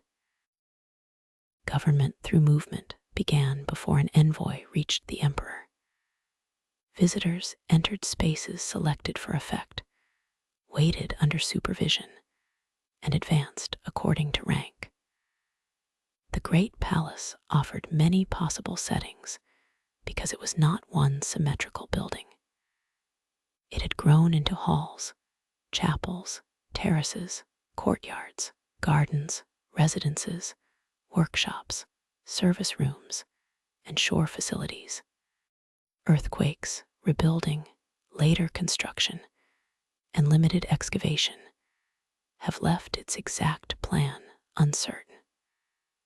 A confident, complete map would be another palace performance. Older upper areas lay near the hippodrome and its imperial kathisma. Lower spaces, including the golden reception hall called the Cris au Trickly Nose, became central to later ceremonies. The Bu Ko Li on Palace Zone faced the Marmara shore. Over time, emperors also used block-iron near the land walls, especially in the Komnenian period. These shifts were gradual. The court did not pack every robe and depart the old palace on one recorded afternoon. Restricted connections allowed the emperor to move between palace space and the kathisma. Controlled routes also led toward Ayi Asofia. Guards and doors separated officials, clergy, foreign guests, attendants, and the public. Such routes explain the factual core behind stories of secret passages. They managed access over short, useful distances. They do not support a tunnel running beneath the entire city from the shore palace to block-iron and then, perhaps out of courtesy, into the countryside. Constantine, the seventh book of ceremonies, describes entrances, stations, costume changes, acclamations, receptions, feast days, and coronations. The compilation contains material from different periods. Some protocols may already have been old when copied. It is prescriptive, telling how an occasion should unfold, rather than a complete diary proving that every participant always obeyed. Anyone who has met a schedule can appreciate the distinction.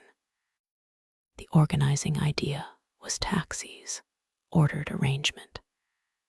Imperial authority appeared through ranks placed in proper relation. Doors opened at appointed moments. Factions delivered responses. Dignitaries stood in assigned locations. The emperor changed garments or moved between chambers, becoming visible in stages. Ceremony turned political hierarchy into sound, color, and distance. It did not disguise power so much as teach everyone where power claimed they belonged. Officials made the teaching work. Chamberlains, masters of ceremonies, guards, clergy, translators, scribes, ushers, and servants coordinated events. Eunuchs held many important court offices, as well as commands, church positions, and household roles. Eunuch was not one profession or social origin. Some had been enslaved or brought from abroad. Others belonged to elite networks and gathered property or patronage. Narrative stereotypes about secret intrigue flatten a varied institutional world into one repetitive corridor.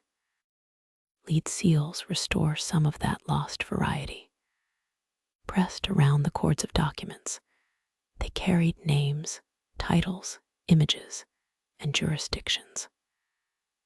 Thousands identify people almost absent from narrative histories: provincial officers, judges, military commanders, bishops, monasteries, and palace servants. A seal is small enough to rest in a palm, yet it links court orders to distant offices. Imperial ceremony displayed a hierarchy. Seals made portions of it travel. Birth could also become ceremony. A child born to a reigning emperor might claim the title por fi ro genni tus, born in the purple, associated with a porphyry-lined chamber. The precise room cannot now be mapped securely. The status gave dynastic prestige, but no automatic law made such a child emperor. Acclamation, coronation, marriage, military support, adoption, and palace control still mattered. Purple birth was political capital, not an invincible constitution. Foreign reception concentrated all these effects. Li Ud Prand of Cremona visited in 949 as an envoy. He described metal lions that moved or roared, birds that sang, and an imperial throne that appeared to rise. His wonder supports the existence of automata and carefully managed stagecraft. The exact machinery does not survive. Hydraulics, pulleys, counterweights, air pressure, or hidden operators are plausible, but none can be announced as the recovered design. Li Ud Prand's experience was directed. The machinery worked because attendants prepared it. Roots controlled his position, and the court selected the moment of surprise. A foreign visitor already knew that the Roman emperor claimed a high place among rulers. The reception made that claim physical. Even skepticism had to pass through the room at the speed the ushers allowed. His later embassy in 968 went badly. Li Ud Prand wrote with hostility about Emperor Nike for As II and the court. The failed negotiation colored descriptions of food, clothing, people, and treatment. His earlier amazement and later contempt belong to different diplomatic moments. Combining them into one neutral travel guide would erase the very thing that makes them useful. An envoy's judgment changed with status and success. The court used more than mechanical animals. Silks, titles, money, relics, marriages, banquets, and carefully chosen insults all served negotiation. Restricted purple textiles could turn cloth into hierarchy. A title might flatter a foreign ruler while placing that ruler below the emperor in Constantinople's imagined order. Subsidies could be cheaper than war. Hostages and exiles carried information as well as risk. Diplomacy was not uniquely Byzantine intrigue. It was statecraft practiced by people who happened to keep unusually elaborate records. Behind the reception rooms, silk itself required labor. Byzantine production expanded after silkworm cultivation reached the empire in the 6th century. Pro-P us tells a familiar story of monks smuggling eggs, but the source does not justify decorating the journey with invented baskets and dialogue. Court regulation controlled prestigious production, while private workshops also operated. Weavers, dyers, merchants, and inspectors transformed fibers into diplomatic splendor. The lions received more attention, being louder. The Book of the Eparch reveals another prescriptive city. It regulates notaries, money changers, luxury textile workers, perfumers, food sellers, and builders. Profit limits and occupational rules show what government wanted to supervise. They do not prove constant enforcement in every market. Shopkeepers negotiated daily reality, and officials had finite time. Regulation, nevertheless, indicates that court order extended beyond ceremonies into bread quality, contracts, currency, and the smell of expensive goods. Ordinary households encountered the imperial system unevenly. Archaeology, wills, legal disputes, saints' lives, and inventories preserve rented rooms, courtyards, workshops, storage jars, lamps, chests, bedding, textiles, icons, and cooking vessels.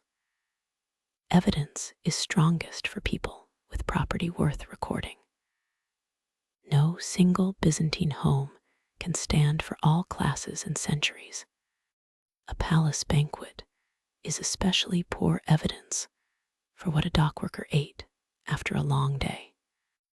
Still, palace and street remained connected. Officials needed food sellers. Ceremonial robes required workshops. Foreign embassies needed interpreters and lodgings. Coins passed from treasury to salaries and markets. Petitions moved toward audiences through intermediaries. The court could present itself as a separate sacred order only because thousands of people outside the audience chamber supplied it. Constantine VII also sponsored a work now called De Administrando Imperio, a manual of foreign peoples, roots, origin traditions, and political advice intended for his son. It mixed practical knowledge with stories inherited from earlier material. The book treated information as an imperial resource. Knowing a neighbor's rivalries could make a title, marriage, or payment more effective than a campaign. That knowledge needed translation. Envoys left Constantinople carrying gifts and instructions. Foreign visitors returned with their own versions of what had happened. Clerics traveled where imperial armies could not command. In Moravia, Bulgaria, and the lands connected to the Rus, language became a field of diplomacy. The interpreter leaving a palace reception carried more than words. He carried one government's hope that words might rearrange allegiance beyond the reach of its walls. Words rearranged allegiance only when other people accepted them. In the 860s, the brothers Constantine and Methodius traveled to Moravia as missionaries. Constantine, later known by the monastic name Cyril, devised Glag o Lit Ik, a script suited to writing Slavonic. He did not personally invent the later Cyrillic script that carries his name. Cyrillic developed among the heirs of the mission, especially in the Bulgarian cultural sphere. History supplied the wrong label with excellent staying power. The mission translated Christian texts and liturgy. Translation was not merely a teaching aid. It entered a dispute over church jurisdiction and political alignment. Moravian rulers, German clergy, Rome, and Constantinople all had interests. A Slavonic liturgy could reduce dependence on clergy using Latin or Greek. Cyril and Methodius therefore moved through theological, linguistic, and diplomatic pressure at once. Cyril died in Rome, and Methodius continued the work amid opposition and negotiation. Their disciples faced expulsion in some areas, then found opportunities elsewhere. In Bulgaria, those traditions helped build schools and a literary culture using Slavonic. The result was not a one-way gift from a clever empire to silent recipients. Local rulers and scholars selected, altered, and extended what arrived.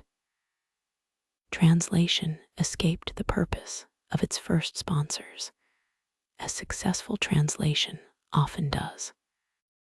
Boris I of Bulgaria accepted Christianity in 864 or 865, while negotiating with both Constantinople and Rome. Baptism opened questions about clergy, liturgical language, hierarchy, and political rank. Boris sought room for an autonomous Bulgarian church rather than simple submission. Constantinople could offer prestige and ecclesiastical connection, but Bulgaria had armies, territory, and options. Conversion created a shared religion without ending rivalry. Relations moved between war, marriage, tribute, and cultural exchange. Bulgarian rulers could be enemies, allies, converts, and imperial rivals within a few generations. The title of Tsar, church jurisdiction, and the language of worship mattered alongside battles. A court that imagined one ordered family of rulers repeatedly discovered that neighboring courts had their own seating plan. To the north, routes through rivers, and the Black Sea connected Scandinavians, Slavs, steppe peoples, and the Rus with Constantinople. Rus fleets attacked or threatened the capital in the 9th and 10th centuries. Merchants also arrived under treaties. Agreements preserved under the years 911 and 944 contain commercial and legal detail, though their textual history is complicated.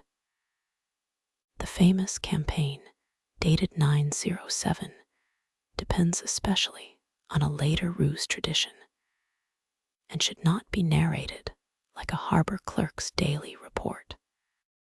Trade brought wax, furs, captives, honey, and other goods south, while coins, silk, wine, and luxury products moved through exchange.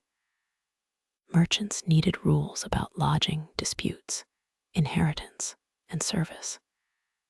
Treaties turned dangerous visitors into regulated participants, at least on parchment. Enforcement depended on officials and rulers who might soon be enemies again. Foreign warriors entered imperial service. The Varangian Guard eventually recruited Scandinavians and later many Anglo-Saxons. Not every palace guard was a Varangian, and not every Varangian was a theatrical axe standing beside a throne. Service offered pay and prestige. For emperors, foreign guards could be useful because their fortunes depended less on old Constantinopolitan families. Dependence creates loyalty until another offer or crisis changes the calculation. Religious contact with the Rus developed through missions, individual conversions, and politics. Princess Olga accepted Christianity, though her conversion did not immediately make her whole polity Christian. Later, Vladimir of Kiev faced choices shaped by internal authority and foreign alliances. The primary chronicle tells a memorable tale of envoys comparing religions and being overwhelmed by the worship in Ayi Asofia. Written generations later, it is literary history, not a transcript of consumer reviews collected at the palace door. The broad sequence is firmer than the dialogue. Vladimir accepted Christianity and married Anna, the sister of Emperor Basil II. The arrangement was tied to a Byzantine civil war and to events around Cherson in Crimea, though chronology and motives remain debated. An imperial princess marrying a foreign ruler carried enormous prestige. For Constantinople, the price reflected Basil's urgent need for military help. Basil had become senior emperor in 976, but faced powerful rivals within the empire. Elite families commanded resources and regional networks. Ruse troops helped him overcome rebellion. Vladimir's baptism and marriage belonged within that exchange, even though later religious traditions gave the conversion meanings beyond immediate politics.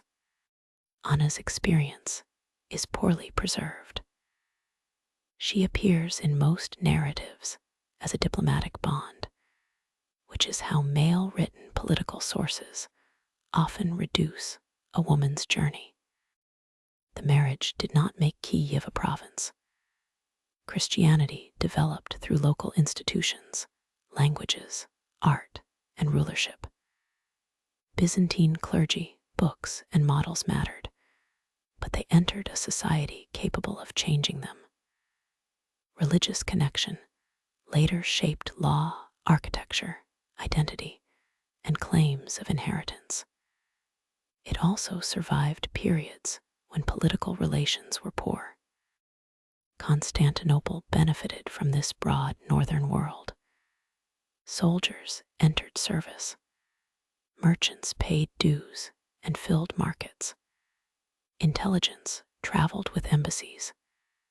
Marriages extended dynastic claims. Missionaries built ecclesiastical ties.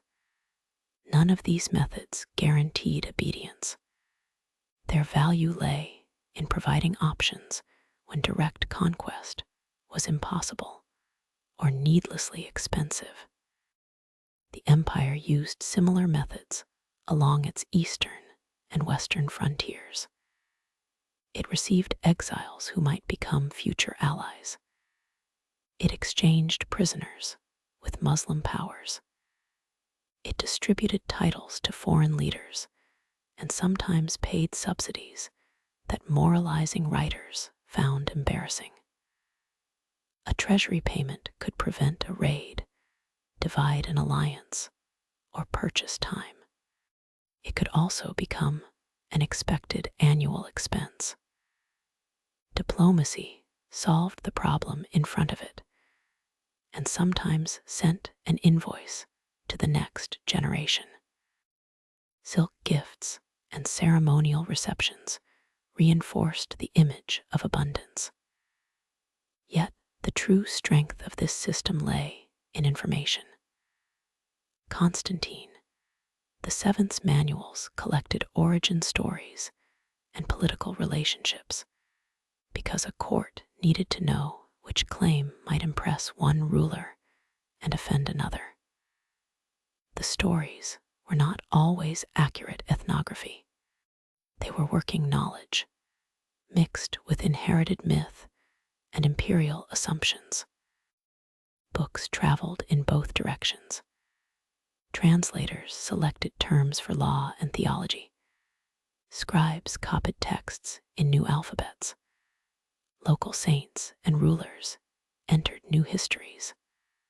Artisans adapted visual forms. Cultural transfer did not occur only during peace. Captivity, migration, mercenary service, and frontier settlement also moved skills and stories. The boundary between empire and neighbor was often violent, but it was rarely silent. Basil II used the security gained from defeating his internal rivals to pursue long war against Bulgaria. Later tradition would remember him through a grim story of mass blinding after the battle near Clyde-on. The battle and harsh treatment of prisoners fit a brutal conflict, but the exact figure of 15,000 and the arrangement of one guide for every 100 appear in a later source and are disputed. That legend should not swallow a reign built as much on taxation, appointments, alliances, and patience as on one battlefield. By 1018, Bulgaria submitted to Basil's rule after years of resistance and shifting leadership. The emperor preserved some local arrangements while incorporating territory. Recovery seemed broad. Imperial authority extended through the Balkans, and the court commanded resources unavailable in the crisis centuries. The stable gold nomisma carried confidence across markets far beyond the frontier. Basil died in 1025 without a son prepared to inherit his system. Dynastic legitimacy passed through relatives, marriages, empresses, and palace choices. The Northern Alliance had helped him survive. His long rule had constrained rival families. Once he was gone, the empire did not instantly collapse, but the balance began to shift. The hard-won recovery entered a quieter test, measured in coin weight, court succession, and the loyalty of provinces after the old emperor's hand left the seal. The seal passed through a dynasty in which women carried legitimacy as often as men carried armies. Zoe and Theodora, daughters of Constantine VIII and nieces of Basil II, became central to succession. Zoe's marriages raised emperors. In 1042, the sisters briefly ruled together before another husband entered the arrangement. Their authority was real, but it operated within court expectations, household networks, public acclamation, and a political culture still shaped by male office-holding. Imperial succession had never been strict inheritance by the eldest son. A reigning family offered recognition, and birth in the purple offered prestige. Yet adoption, marriage, military support, coronation, and control of Constantinople could establish another ruler. This flexibility rescued the state from dynastic dead ends and repeatedly invited competition. A throne without one constitutional path was open to talent, luck, and a troubling number of armed relatives. Government after Basil still possessed strong institutions and rich territory. The old nomisma had maintained high gold quality for centuries, supporting taxation and long-distance confidence. During the 11th century, debasement increased. This was not a moral stain appearing in metal because rulers had become decadent. Coin changes reflected fiscal demands, political instability, military spending, and choices about how to meet obligations. A lighter or altered coin was evidence of pressure, not a tiny sermon. Markets continued to work beneath these changes. Money changers judged issues and exchange values. Bakers, builders, perfumers, textile workers, notaries, and food sellers dealt with regulations from the city prefect's office. Households bought bread, oil, wine, vegetables, cheese, fish, and fuel according to means and season. Religious fasting altered demand. Palace banquet lists reveal elite abundance, not the common table. The empire's political troubles occurred while ordinary people kept making lunch. Property law gave some women room to inherit, own, donate, and litigate, especially through dowry, widowhood, and family strategy. Evidence favors propertied households whose disputes reached documents. Patriarchal constraint remained strong, and legal capacity did not create social equality. Monastic life offered another route for some women and men, mixing vocation, family planning, property, and retirement. Institutions were flexible because life rarely followed the ideal household diagram. Eunuchs continued to serve in palace, military, church, and aristocratic roles. Some commanders achieved major authority. Their careers challenged the lazy picture of a court composed only of hereditary male warriors. Byzantine government drew on people whose legal status, family position, and bodily classification differed widely, then arranged them through titles. The arrangement could be stable until a coalition decided it was not. Religious estrangement with the Latin West also accumulated. In 1054, papal legates and Patriarch Michael K. Ru La Ri As exchanged excommunications during a larger dispute. The episode mattered, but it did not create a complete permanent division understood by every Christian overnight. Language, doctrine, jurisdiction, politics, and custom had separated churches over time. Contacts continued afterward. The violence of later crusading, especially 1204, would deepen a breach no single parchment had finished. Military organization changed as well.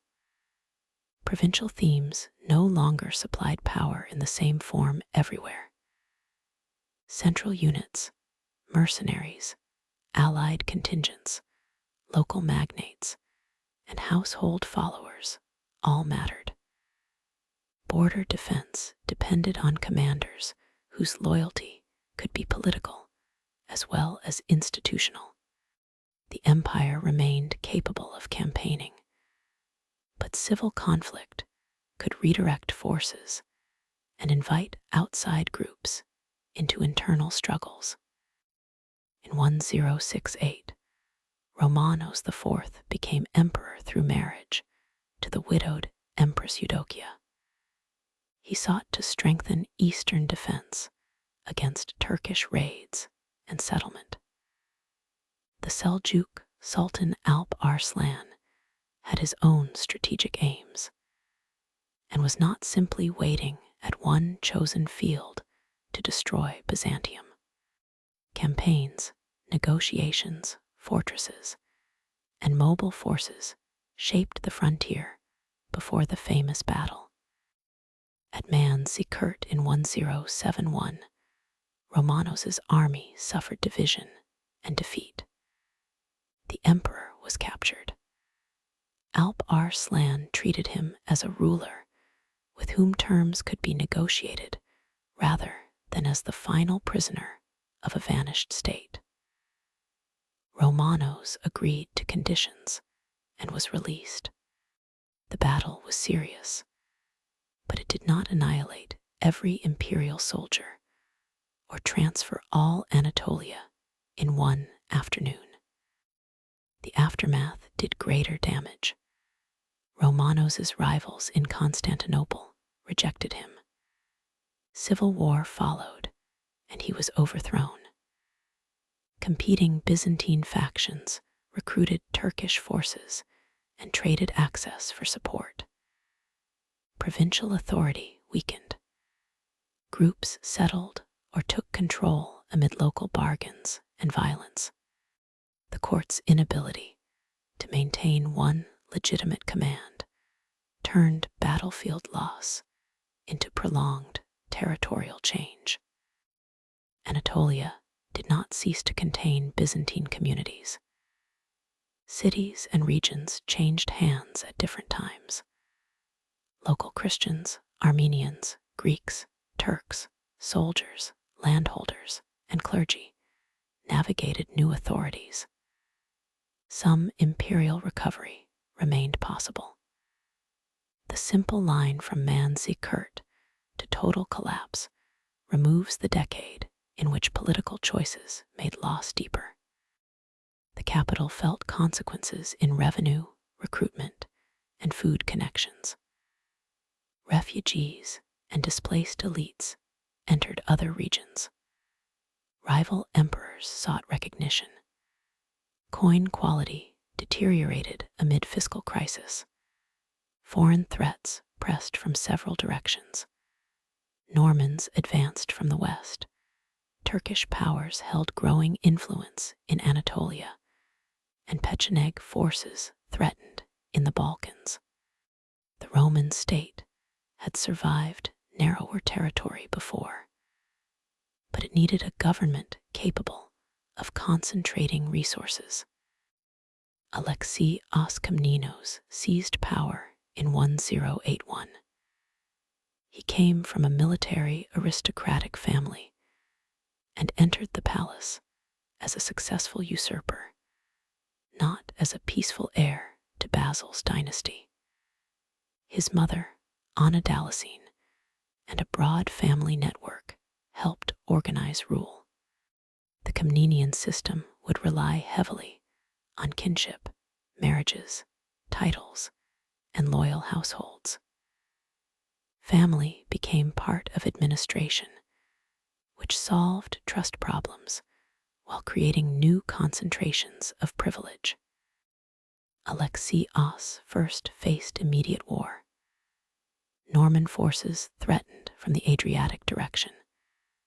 Pechenegs pressed in the Balkans.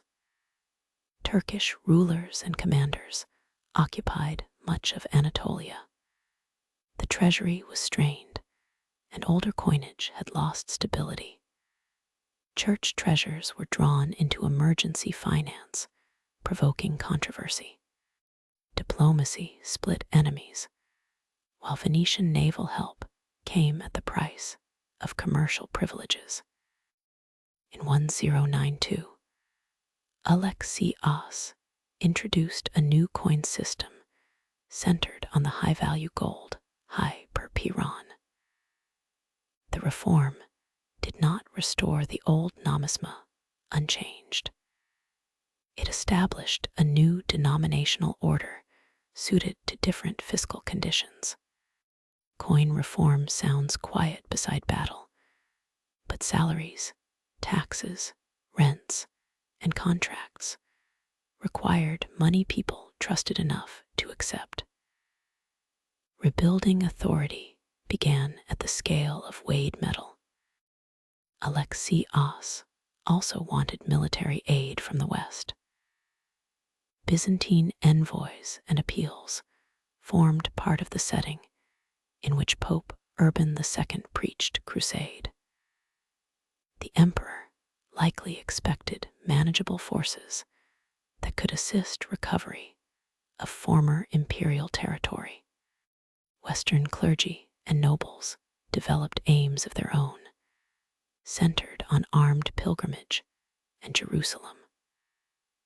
Alexios did not single-handedly start the First Crusade. He did help open a door without determining the size or intentions of everyone who walked through it. In 1096, crusading groups began arriving near Constantinople. Some were poorly supplied. Others followed powerful princes with large armed retinues. The city that had long managed foreign embassies now had to provision, ferry, negotiate with, and monitor whole traveling armies. Alexios needed their strength beyond the Bosporus and feared what delay or disorder could do near the capital. Oaths became his chosen instrument. Crusader leaders were pressed to recognize obligations and return former imperial places recovered from Turkish control. They had their own concepts of honor, lordship, and sacred purpose. Agreement could exist on parchment while expectations diverged. Alexios had inherited a fragmented frontier. He now faced guests whose assistance might recover it, provided the guests could be persuaded to leave the imperial suburbs in an orderly direction.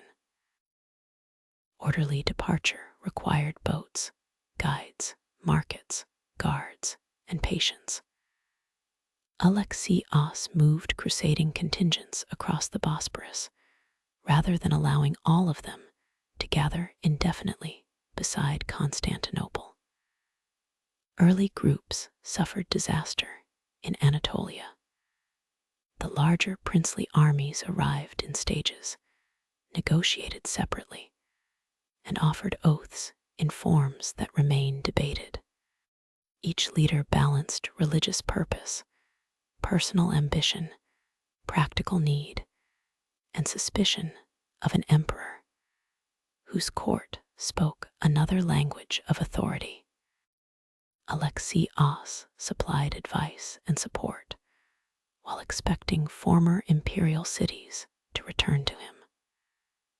At Nicaea in 1097, Byzantine negotiation helped secure surrender before crusaders could storm and plunder the city.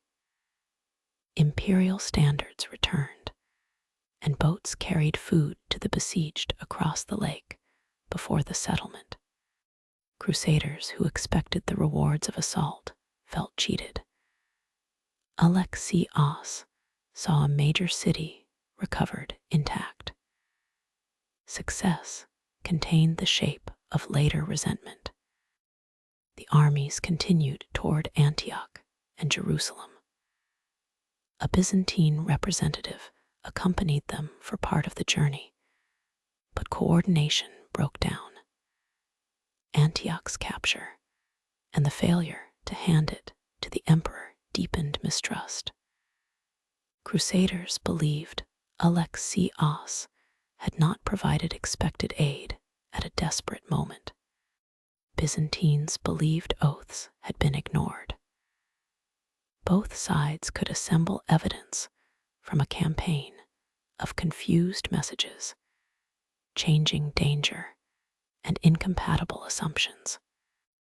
Anna Komnene, Alexios's daughter, later wrote the Alexiad, the essential narrative of his reign. She was highly educated and close to the dynasty.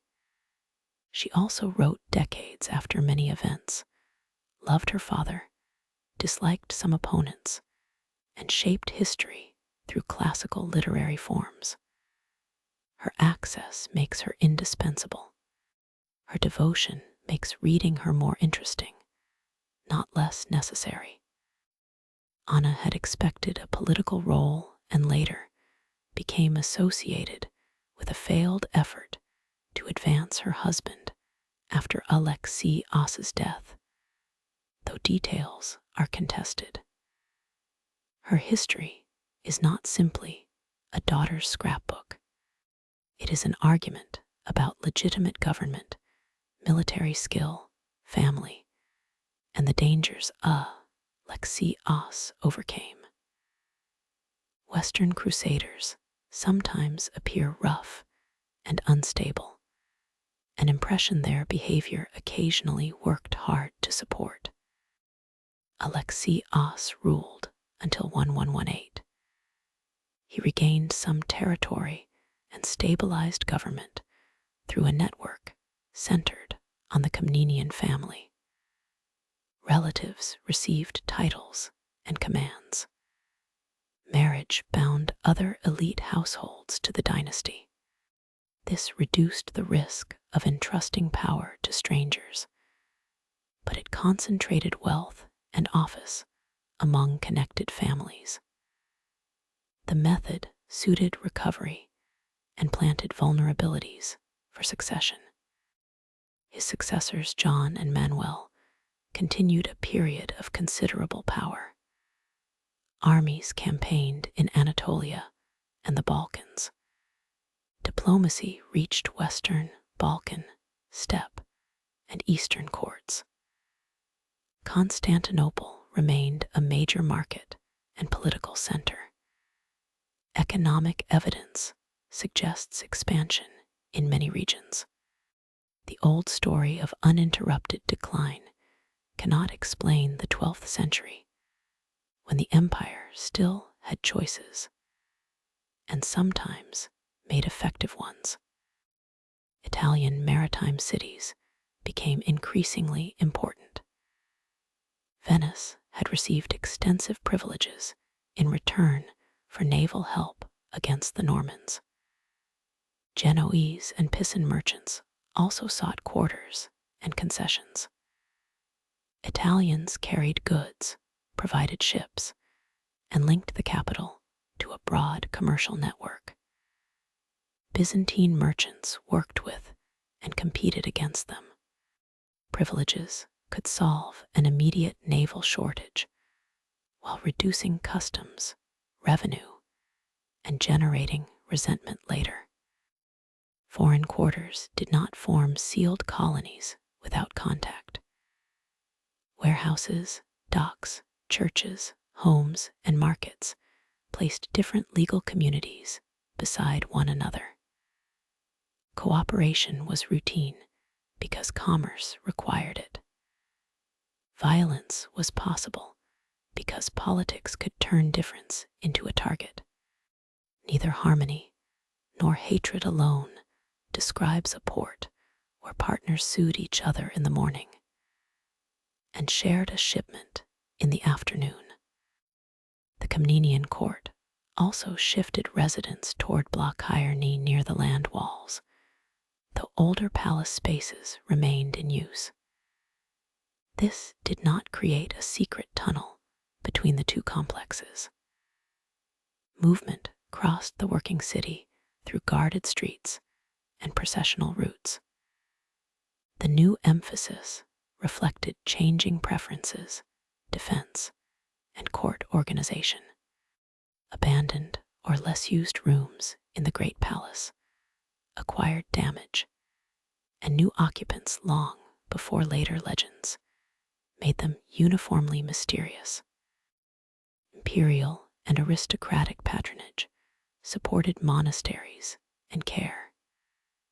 The Pantocrator Foundation in 12th century Constantinople combined churches, monastery, hospital, and charitable services. Its typicons specified wards, staff, diets, and responsibilities. The document offers strong evidence for organized medicine, but not for a modern public hospital system available on equal terms to everyone. It records a foundation's intended operation, complete with the optimism for punctual staffing found in institutional documents of every age. Doctors, attendants, cooks, cleaners, pharmacists, and clergy made such care possible. Medical knowledge drew from ancient texts, current practice, and religious understandings. Manuscripts preserved recipes and theories, but treatment also depended on available ingredients and skill.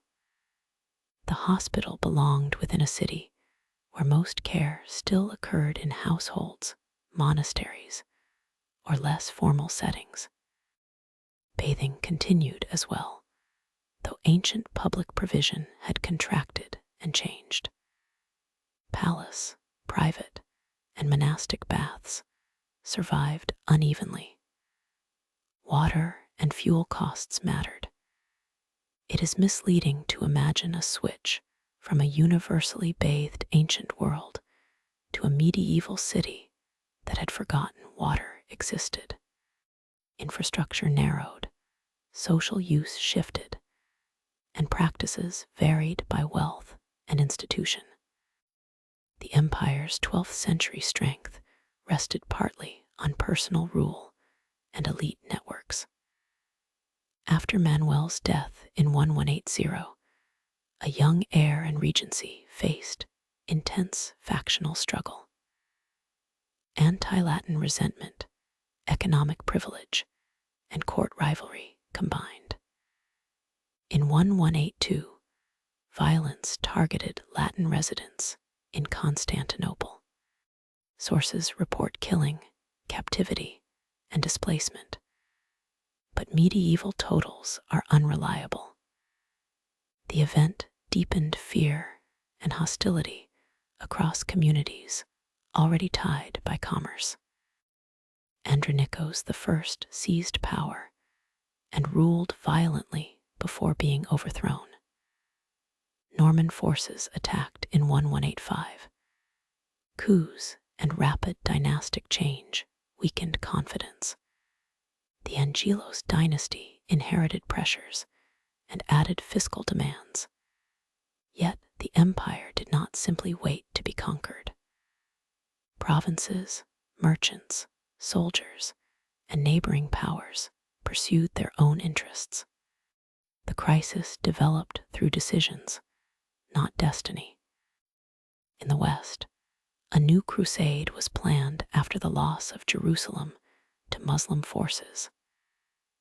Leaders contracted with Venice for transport.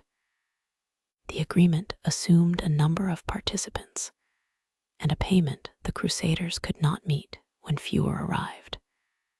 Ships, crews, and provisions had been prepared. Venice expected compensation. Debt gave the expedition a political weight before it had crossed the Adriatic.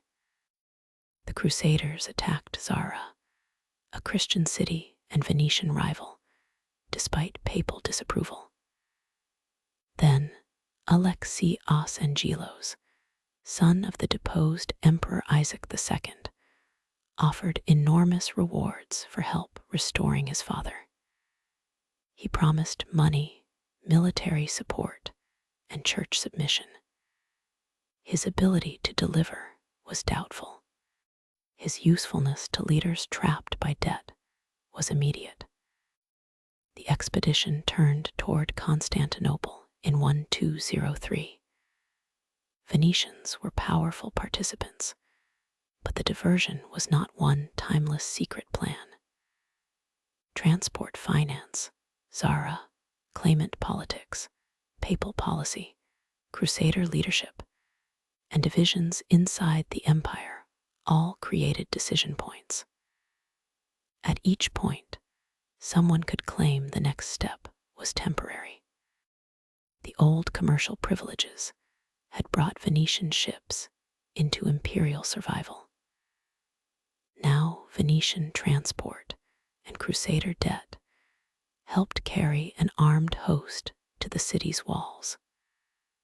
A short-term bargain made generations earlier had not caused this outcome by itself.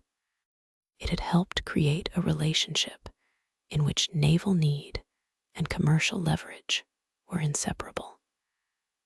The guests returned, no longer asking to cross the Bosporus, and they brought an emperor of their own. The claimant's arrival did not make Constantinople welcome him. Alexios Angelos had spent years away from the pressures he promised to solve. Crusader and Venetian forces attacked in 1203, using ships against sea walls while other troops approached by land.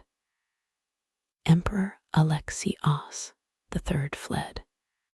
The blind former Emperor Isaac II was restored, and his son became Alexios IV. Two emperors now faced obligations created in exile. The promised payments were immense. Raising them required taxes, seizures, and the melting or sale of valuable objects. Church union with Rome provoked opposition. The foreign army remained nearby waiting for money and support, while residents resented its presence and the rulers associated with it. Fires damaged large parts of the city during conflict. Every attempt to fulfill the bargain weakened the restored government's legitimacy. Crusader leaders had their own problem. They had spent resources and accepted a political detour on the expectation of payment. Leaving empty-handed threatened their expedition and authority. Remaining made them an occupation force before formal conquest. Alexios IV could neither satisfy them nor safely dismiss them. A palace promise had become a trap, with armed creditors on one side and an angry capital on the other. A revolution removed Alexios IV early in 1204. Alexios V took power and organized resistance. Isaac died around the same time. The Crusaders and Venetians prepared another assault, now with plans to divide offices and territory if they succeeded. Religious language accompanied practical arrangements for property. Medieval politics had no difficulty placing devotion beside a contract. In April, the attackers entered Constantinople. The city that had resisted major Persian, Avar, Arab, Bulgar, and Rus threats was captured by a crusading army. This was not proof that the walls had become meaningless. Sea approaches, ships, internal instability, fire, leadership, and the particular condition of defenses mattered.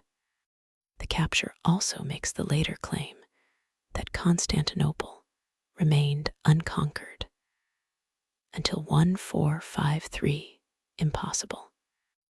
The sack brought killing, enslavement, sexual violence, sacrilege, plunder, and displacement. Exact totals are not secure, and graphic reconstruction adds nothing to the explanation. Homes, churches, palaces, and stores were entered. Objects were carried away, sold, broken, or melted. Residents fled where they could.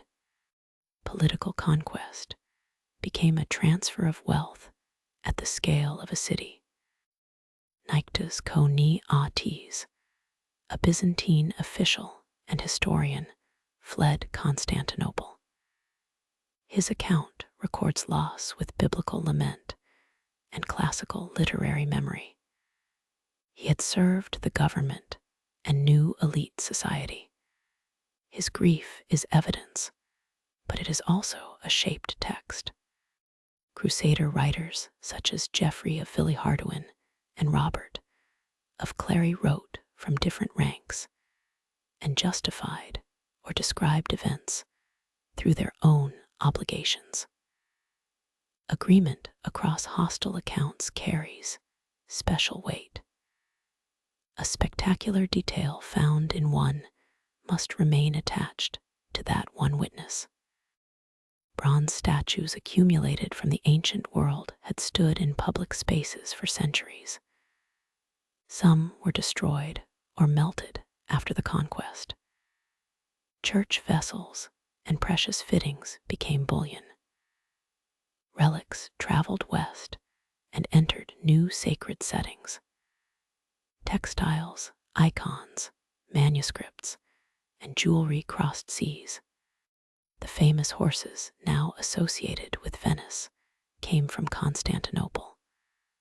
Though not every object in a Western treasury has a securely known original room or church, dispersal changed meaning. A relic taken as booty could become the pride of a new church.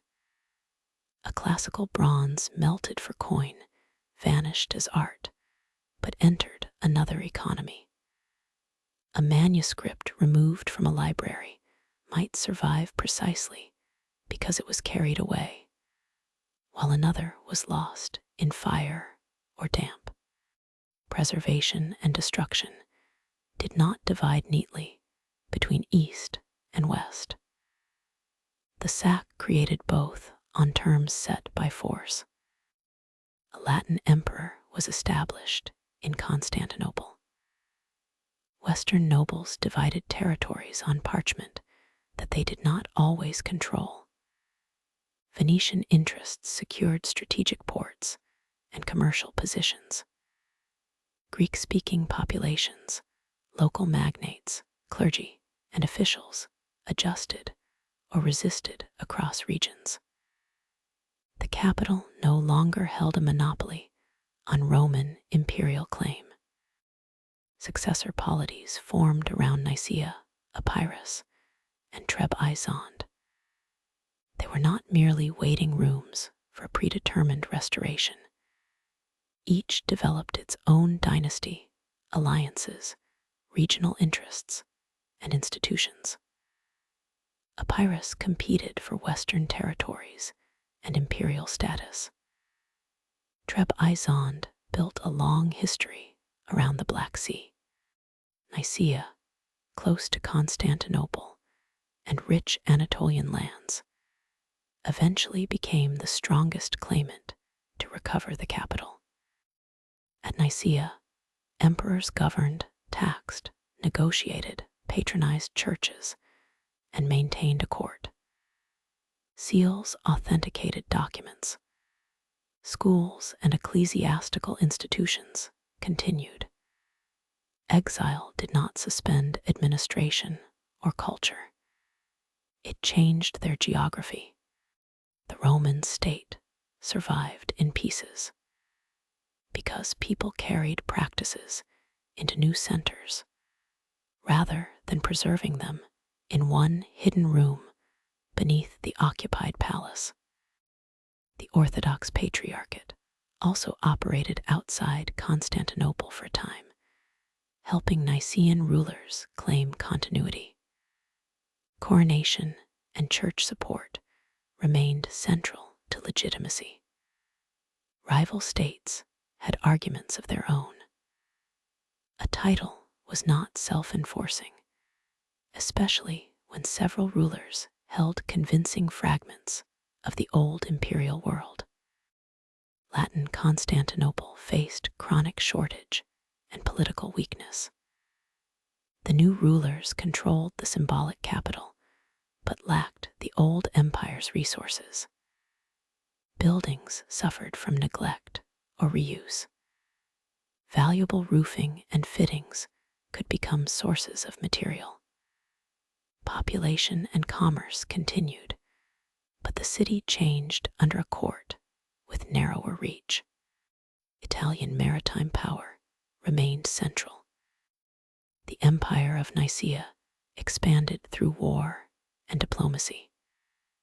Its rulers recovered territories and built alliances while watching Latin strength decline.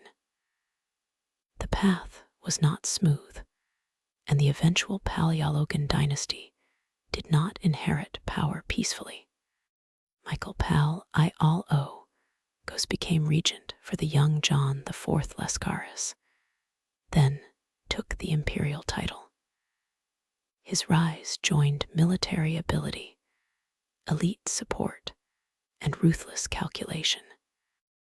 Before recovering Constantinople, Michael VIII made a treaty with Genoa. He needed ships against Venice and the Latin regime. The agreement promised extensive commercial privileges.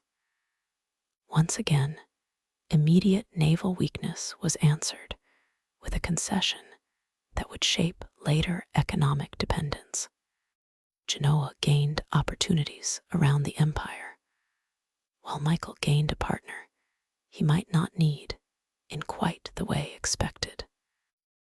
In 1261, the Nicaean commander Alexei Ostrati Gopulos approached Constantinople with a small force.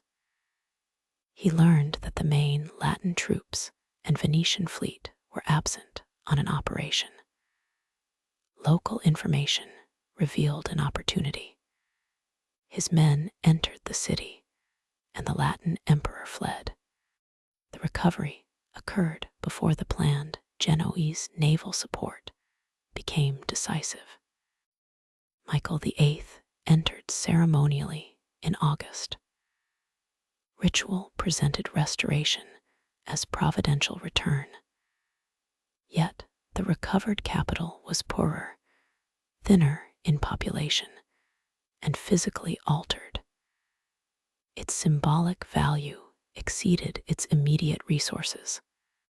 Michael also had the young John IV blinded and confined, an act stated here only because it exposed the political price of his dynasty's security.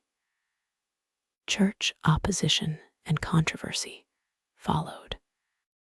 The Roman emperor again ruled from Constantinople, but the old commercial world, territorial base, and palace fabric did not reappear with him.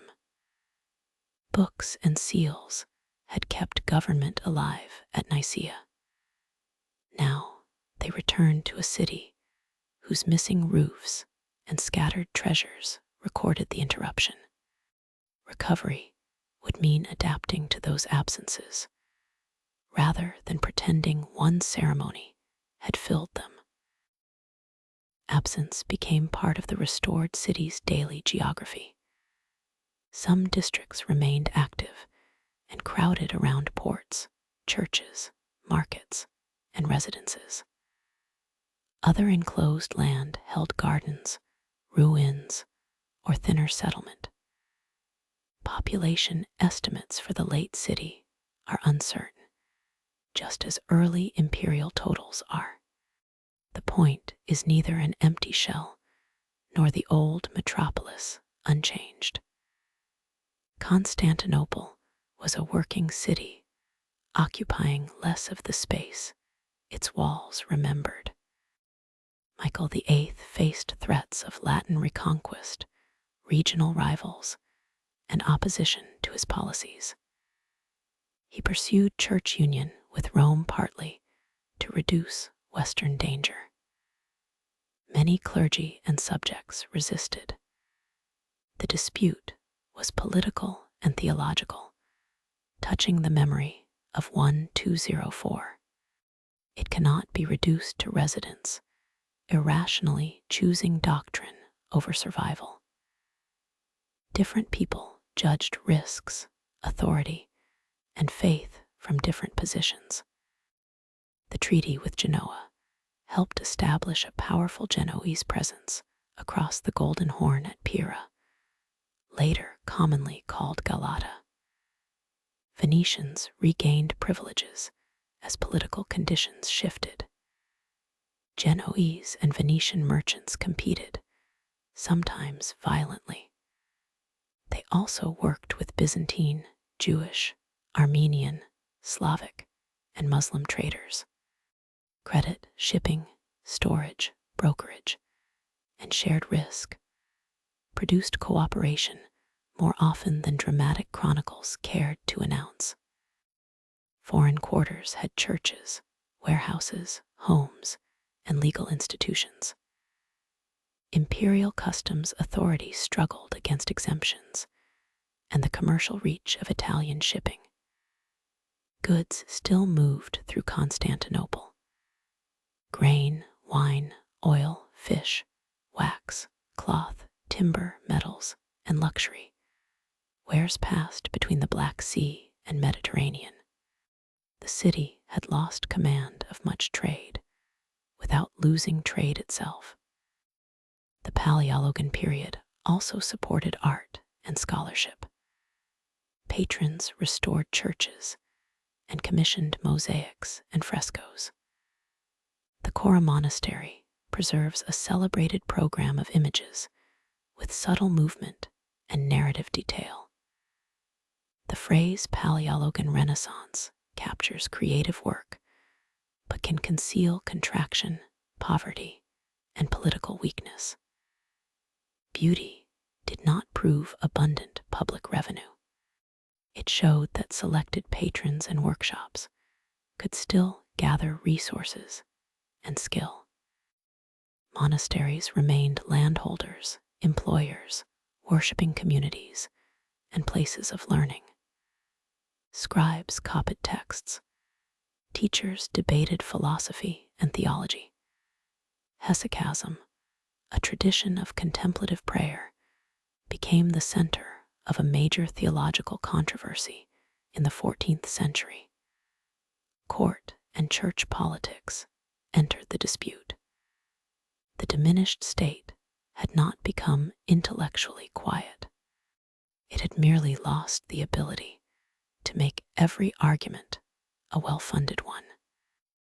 Palace use continued to center strongly around Blockheyer near the northwestern land walls.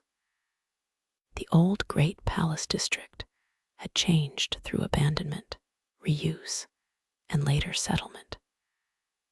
No underground corridor joined the two. Officials and imperial households moved through ordinary urban distance with guards and ceremony. The shift itself shows how a capital can keep its name while its center of gravity moves. Civil wars in the 14th century consumed resources. Andronikos II and his grandson fought for power.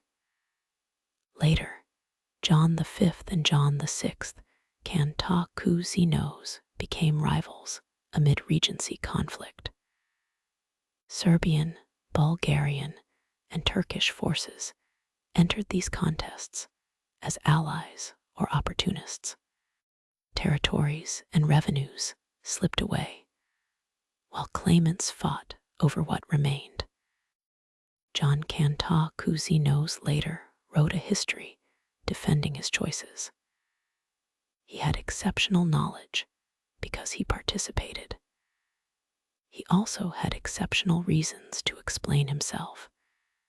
His narrative belongs beside other evidence rather than above it.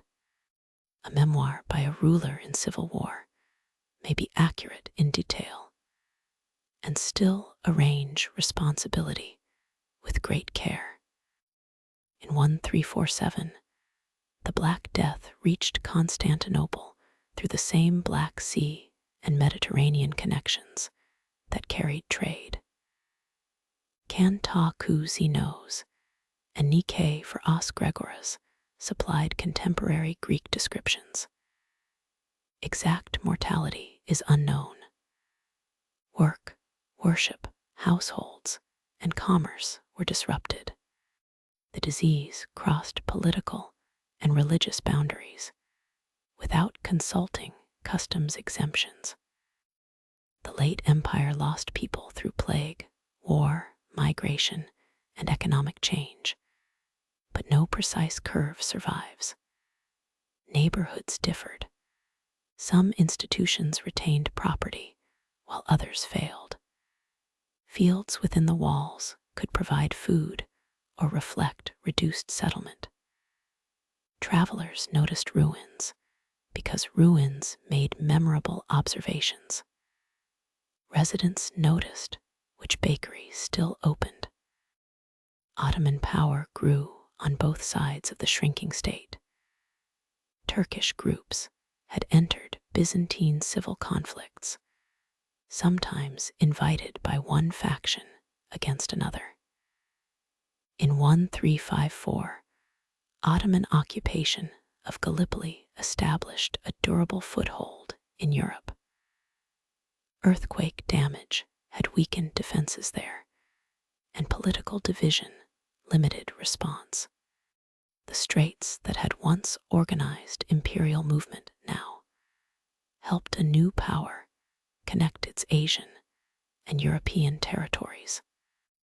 Byzantine emperors increasingly maneuvered among Ottoman princes, Italian cities, Balkan rulers, and Western courts. Tribute and client relationships became part of survival. Dynastic marriages sought time. Appeals for a Western crusade brought promises and smaller expeditions, but Western states had their own wars and rivalries. The court's universal language persisted while its practical options narrowed. Bayezid I applied prolonged pressure around Constantinople from 1394. Blockade did not mean a perfectly sealed ring at every moment, but supply and movement became difficult. A Western army was defeated at Nicopolis. The city seemed close to the end. Then Timur defeated Bayezid at Ankara in 1402, throwing the Ottoman state into a succession struggle. The reprieve came from far beyond the walls and from a conqueror who had not acted to rescue Byzantium. It showed again that Constantinople survived through alignments no emperor controlled. Ottoman civil conflict gave the city decades. Byzantine diplomats worked among rival princes and recovered some room. Survival was real, even when borrowed from another empire's crisis. During those decades, scholars traveled between Constantinople and Italy. Manuel Chrysoloras taught Greek in the West before the final conquest. Intellectual contact did not wait for refugees in 1453. Manuscripts, teachers, merchants, church councils, and diplomacy had long connected the worlds. Later claims that one sudden flight invented the Renaissance ignore this deeper exchange. The Council of Ferrara-Florence proclaimed church union in 1439 amid hopes for military aid. Byzantine delegates debated theology under political pressure, but they were not merely actors reading an imperial command. Acceptance remained divided after their return. Some saw union as doctrinally possible or necessary. Others rejected its terms or distrusted Western authority. The promised help remained limited. Within Constantinople, markets and monasteries continued. Artisans repaired roofs and tools. Sailors crossed the Golden Horn. Genoese Galata maintained its own complicated relationship with the Ottomans and the Byzantine city. Venetian merchants calculated risks. Orthodox worship continued in churches whose endowments had narrowed. The late capital was not frozen in a final vigil for half a century. By 1452, Mehmet II had secured the Ottoman throne and built Rue Mehlihi Sara on the European shore of the Bosporus. Together with an older fortress opposite, it tightened control of traffic. The working city within the old walls now faced a ruler determined to remove the interruption at the center of his territories. Another reprieve was ending, and the waterway that had made Constantine's capital valuable had become the line along which Ottoman control closed. Control closed first around movement.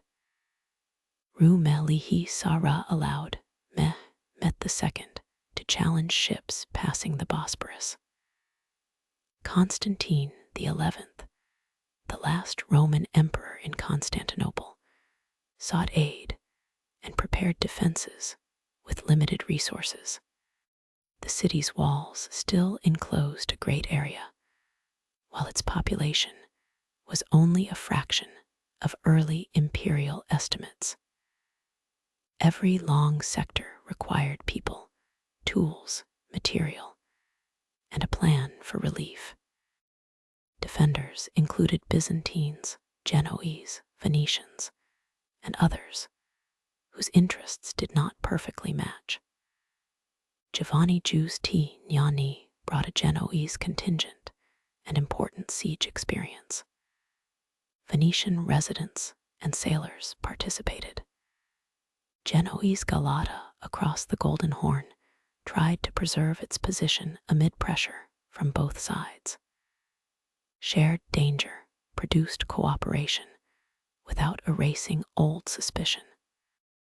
Mehmet assembled a much larger force.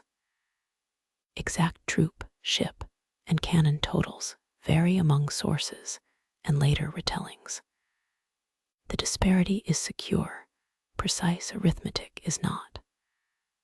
Ottoman preparations included roads, supply, artillery, infantry, naval forces, engineers, and command arrangements. Large cannon attracted attention, especially one associated with a founder named Orban, but accounts disagree about dimensions and firing rates. Heavy guns were logistical burdens as well as weapons. The siege began in April of 1453. Artillery struck the land walls repeatedly. Stone and shot damaged masonry, but cannon did not make fortification obsolete in one morning. Crews had to load, aim, cool, maintain, and supply the guns. Defenders repaired breaches with earth, timber, rubble, and whatever material could absorb another impact. Old walls became changing embankments under constant work. The Golden Horn entrance was protected by a boom commonly called the Great Chain. It depended on anchor points, guards, and ships, rather than one enchanted length of iron. The barrier kept the Ottoman fleet from sailing directly into the inner harbor. Mehmet responded by arranging for vessels to be moved over prepared ground behind Galata into the inlet. They did not glide across untouched dry land by miracle. Labor, rollers, grease, roads, ropes, and coordination made the maneuver possible. The new naval position forced defenders to spread attention. Mining and countermining created another hidden contest, but these were siege works rather than permanent secret passages. Miners sought to undermine defenses. Counterminers listened, dug, blocked, or disrupted them. Beneath the city of legendary tunnels, actual underground movement was temporary, dangerous, and directed toward a particular wall. Daily defense depended on watches and repair. Food and powder had to be distributed. Messengers crossed districts. Clergy held services and processions. Lamps burned in churches and guard positions.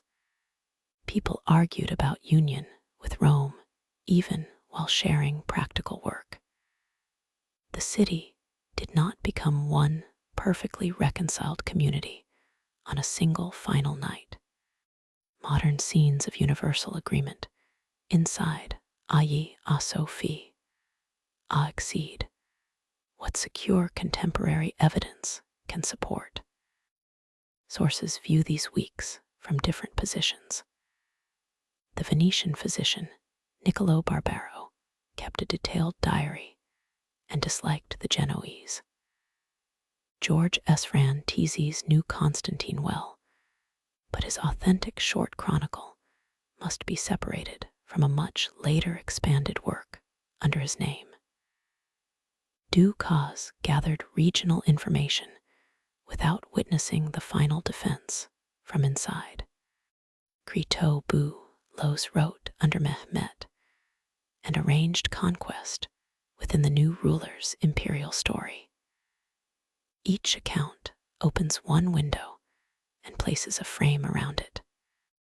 The final assault came before dawn on the 29th of May. Ottoman forces pressed damaged sectors in waves and eventually entered. Juz T. Nyani was wounded and withdrew, affecting morale and coordination, though accounts differ about timing and consequence. Constantine, the 11th, probably died fighting.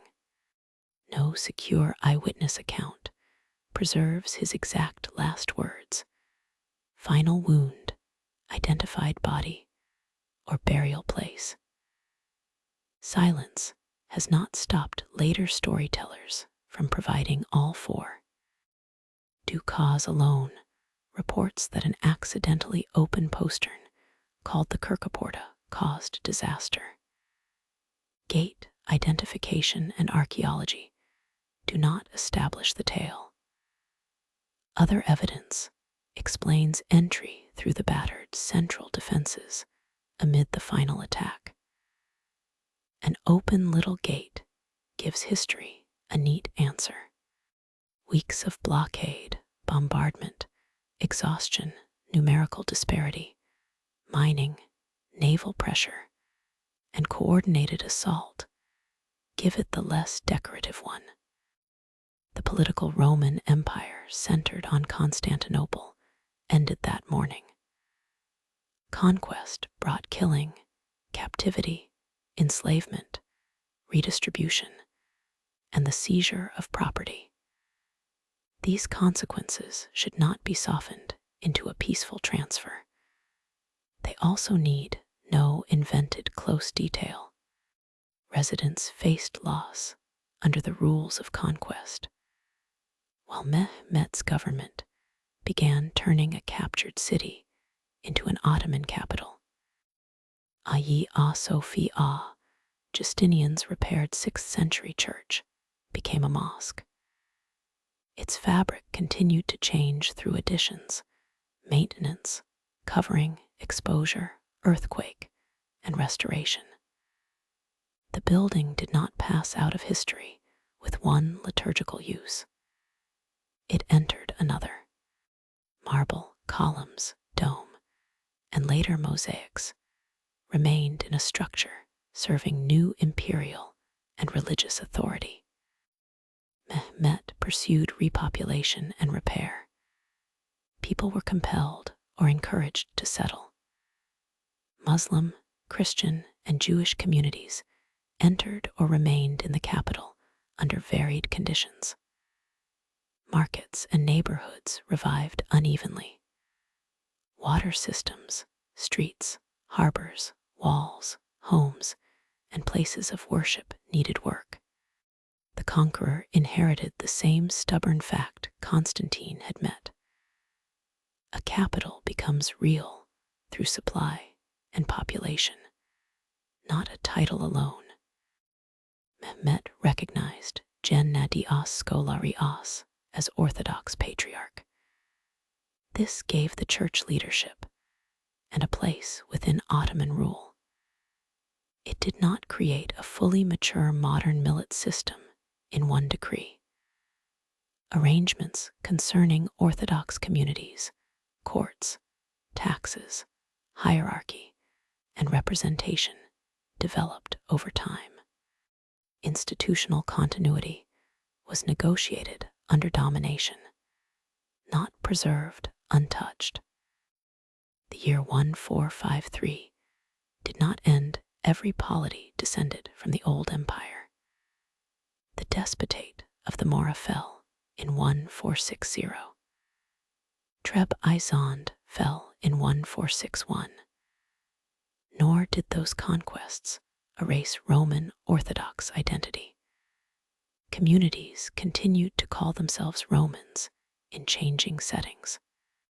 Law, worship, art, family memory, and church organization survived without a Roman emperor in the palace. Constantine XI entered legend. Stories developed of a marble emperor, hidden or transformed and waiting to return. These belong to post-conquest folklore, not an eyewitness report. They gave hope and loss a human figure. Historical caution does not make the stories meaningless. It places their meaning in the communities that told them rather than in a secret chamber beneath the gate. Greek learning also continued on several roads. Scholars had traveled to Italy before the conquest. Manuel Chrysoloras had taught there decades earlier. Bessarion, a learned churchman who supported union, assembled a major collection of Greek manuscripts and gave his library to Venice, helping form the Bibliotheca Martiana. Refugees and books after the conquest mattered greatly. They did not single-handedly cause an Italian Renaissance that had been waiting without Latin learning, trade, translation, patronage, or prior Greek contact. Manuscripts survived because people copied, bought, carried, inherited, and sometimes reused them. Many disappeared through damp, fire, neglect, or war. Selection shaped memory. Homer and major theologians attracted copying. Other works remain only in quotations or palimpsest traces. An empire famous for preservation also made ordinary choices about shelf space and parchment. No civilization knows which unremarkable copy will become the last. Artistic traditions moved through Bulgarian, Serbian, Romanian, Rus, Georgian, Ottoman Orthodox, and other communities. They were not simple copies of Constantinople. Local patrons and artists adapted forms to their own churches, courts, languages, and materials. Roman law and political ideas also traveled in altered ways. Continuity was plural. The capital had been a center, not the owner of every consequence. The city itself accumulated another imperial layer. Ottoman building transformed its skyline and institutions. Hagia Sophia received minarets over time. New mosques, markets, palaces, charitable complexes, baths, and neighborhoods entered older streets. The name Istanbul circulated alongside forms of Constantinople across languages and centuries. There was no administrative moment on the 29th of May when every resident received a new place name and obediently forgot the old one. The Theodosian walls remained, repaired and incorporated into later life. Some stones carried inscriptions from earlier emergency work. Gates continued to channel movement. Towers became ruins, stores, homes, or objects of study. Their military role faded, but their material survived because later residents reused and maintained portions for their own reasons. A wall can outlive the state it defended without becoming outside history. The water system survived in fragments and changed use. Cisterns continued to store water or found other purposes. Channels silted, broke, were repaired, or disappeared beneath later construction. The dim columned chambers encouraged tales because their original work had become less visible. Yet their plain function remains the gentlest explanation. Generations had built reservoirs so a crowded city could drink. Court ceremony also left quieter traces. Manuals preserved routes through rooms no longer standing. Seals retained names of officials forgotten by narrative writers. Ivory panels and woven silks crossed collections. A mosaic remained under plaster.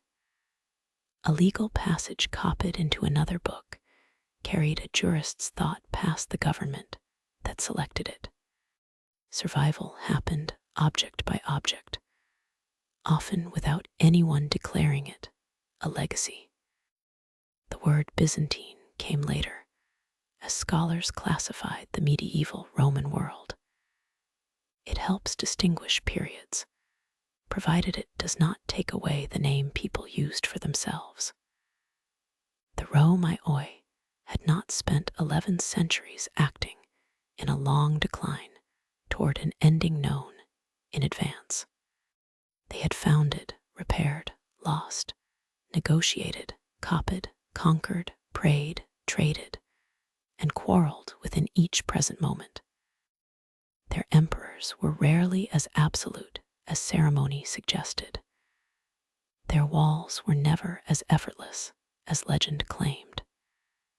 Greek fire needed crews and favorable conditions. Icons carried beliefs that policy could challenge, but not simply erase. Secret passages narrowed into guarded stairs and practical corridors.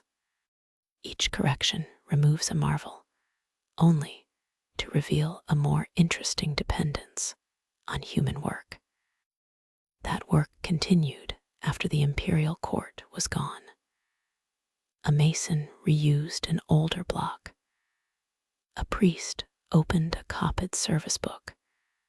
A merchant calculated a route through the Bosporus. Water settled in a covered chamber beneath a changing street. The empire had ended as a state, while its words, habits, and materials entered lives that did not need to call themselves an aftermath. Constantinople remained a city because no final scene could finish it.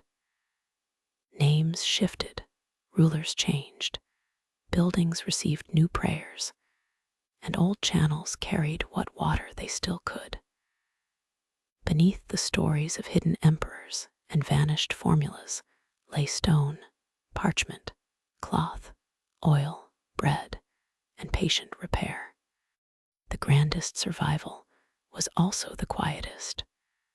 Ordinary use, continuing after the ceremony had moved on. That continuing work left records of a different kind from imperial ceremony. A will-listed property because heirs might disagree. An inventory named vessels because someone had to account for them. A court case preserved a room, a garden, or a dowry because ownership was contested. None of these documents intended to describe daily Constantinople for a distant age. That is why their small details matter. They caught life while looking elsewhere. A household might occupy part of a larger building rather than a detached home. Rooms could open around a courtyard or share walls with a workshop. Rented space left less trace than aristocratic property, while timber and reuse erased whole structures. Chests held clothing and documents. Ceramic jars stored food or oil. Lamps required fuel. Bedding, woven cloth, metal vessels, and icons appear when accident or legal need brought them into the record. Class shaped every arrangement. A palace household commanded servants, storerooms, gardens, baths, kitchens, and access to imported goods. A merchant family might own a shop and rooms above or behind it. Laborers and recent arrivals could rent crowded space near work. No one floor plan deserves to be called the Byzantine home.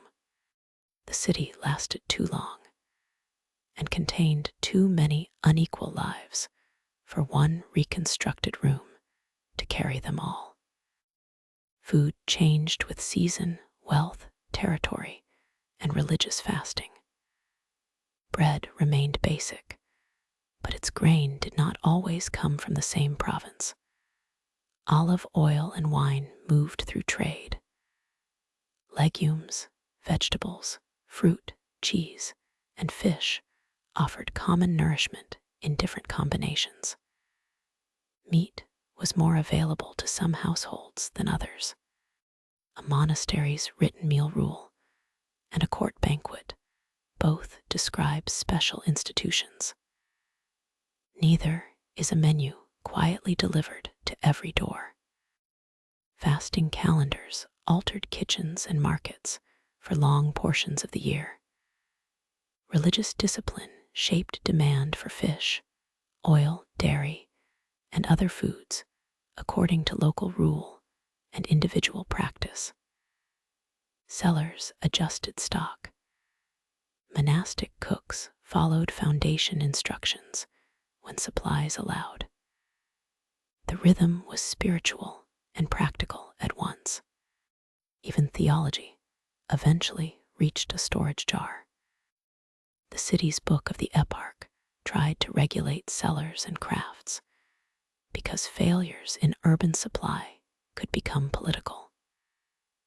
Bread weight, currency exchange, textile work, perfume, construction, and notarial business concerned the government. Written limits reveal official priorities more reliably than perfect obedience. A rule against excessive profit usually proves that officials knew profit had learned to move without permission. Work joined household and street. A craftsperson might train relatives or apprentices. Textile production involved spinning, weaving, dyeing, finishing, trade, and inspection. Silk could become an imperial gift, but before it reached a reception hall, hands had raised worms, unwound thread, prepared looms, and corrected mistakes. Restricted colors and patterns marked status. Private production continued beside court control, creating the familiar gap between regulation and human ingenuity. Building trades rarely lacked employment for long. Earthquake, fire, alteration, and neglect kept masons, carpenters, roofers, plasterers, and laborers occupied. Reused stone reduced cost. Ancient columns could enter a later church or cistern. Brick stamps and mortar layers now help date phases that writers ignored. A repair made without a praising inscription may reveal more about urban endurance than an emperor's proud foundation text. Water carriers and fountain users experienced the supply network at its final points. Channels did not distribute equally across height and district. A palace or major monastery could control storage unavailable to a poorer street. Carrying jars took time and strength. Breaks and dry periods made access a neighborhood problem. The immense aqueduct system ended in countless small decisions about who waited and who had a private line. Bathing depended on the same supply and on fuel. Large ancient public baths became harder to maintain in some periods, but bathing did not disappear. Smaller public facilities, private baths, palace installations, and monastic provisions continued unevenly. Heating water required wood or other fuel, labor, and functioning furnaces. Cleanliness was not an idea that vanished between two textbook chapters. Its infrastructure changed. Care was similarly varied.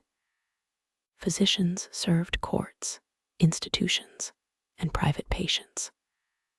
Monasteries and charitable foundations offered forms of assistance. Families did most nursing because families were present. The Pantocrator foundations planned wards and staff give unusual detail about organized care, while also exposing how much remains unknown elsewhere. A rule can name the intended number of beds. It cannot report every night when illness exceeded them. Medical manuscripts carried ancient learning through copying, commentary, and practical selection. Recipes named plants, minerals, oils, and methods whose availability differed by place. Theory existed beside bedside judgment.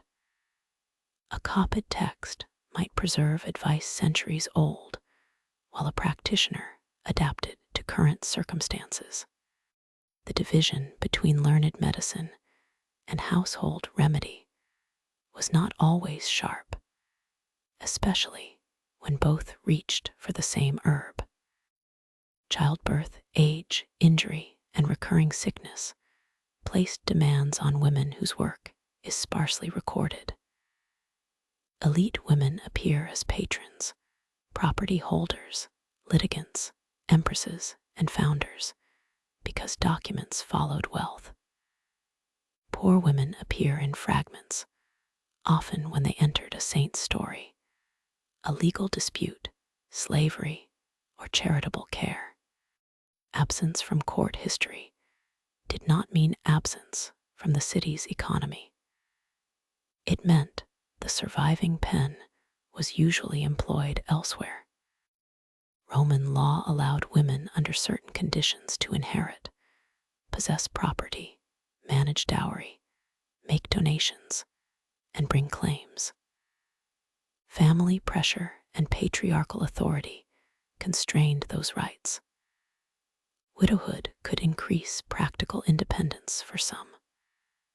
Monastic foundation could give an aristocratic woman another way to direct property and memory. Legal possibility should not be confused with freedom shared across class. Slavery remained part of Byzantine law and life. Captives entered households and markets. Domestic labor, sale, ransom, manumission, and inherited status appear across sources. Scale and social form changed over centuries and regions. It would be false to remove slavery from the Christian empire, and equally false to flatten every period into one ancient plantation model. The records show people held as property within a society that also wrote about mercy and redemption. Manumission could occur through wills, churches, or private acts, but freedom did not erase poverty or dependence. Captivity during war created negotiations over ransom. Religious institutions sometimes mediated release. Border exchange returned prisoners under treaties. Behind diplomatic lists stood households waiting for people whose political value might be small and whose personal absence was not. Foreign residents added languages and legal customs to city life. Armenian merchants and soldiers, Slavic visitors, Rus traders, Italian communities, Jewish residents, and Muslims under varying conditions entered the capital's economy. Categories shifted across 11 centuries. A person could be foreign to one official jurisdiction and thoroughly familiar with the same market. Cosmopolitan does not mean conflict-free. It means difference became routine enough to require rules. Harbor work made that routine physical. Cargo had to be measured, taxed, stored, guarded, and moved. Ships needed rope, timber, sailcloth, pitch, water, and food. Pilots knew currents that an imperial decree could not simplify. A damaged vessel brought carpenters to the shore. A delayed grain ship brought officials. Maritime power rested on maintenance before it became a picture in a chronicle. The Navy required more than Greek fire crews. Oarsmen, sailors, marines, officers, shipwrights, and suppliers made fleets possible. The drahman, a major type of Byzantine warship, changed over time rather than holding one eternal design. Recruitment and command changed too. Technical terms tempt neat diagrams, while surviving evidence offers variation. A ship was a working compromise between available timber, intended use, and people expected to move it. Army life had the same long variation. Late Roman field armies, provincial thematic forces, central tegmata, household troops, mercenaries, allies, and pronoi holders belonged to different periods and combinations. Pronoi grants assigned rights to revenue under particular conditions. They were not simply identical to Western feudal estates. A single phrase, such as the Byzantine army, conceals repeated reorganization. Soldiers could come from the empire's own provinces or from beyond them. Armenians, Turks, Pechenegs, Slavs, Latins, Varangians, and others served in changing contexts. Ethnic labels in sources may describe origin, unit tradition, language, or a writer's convenient category.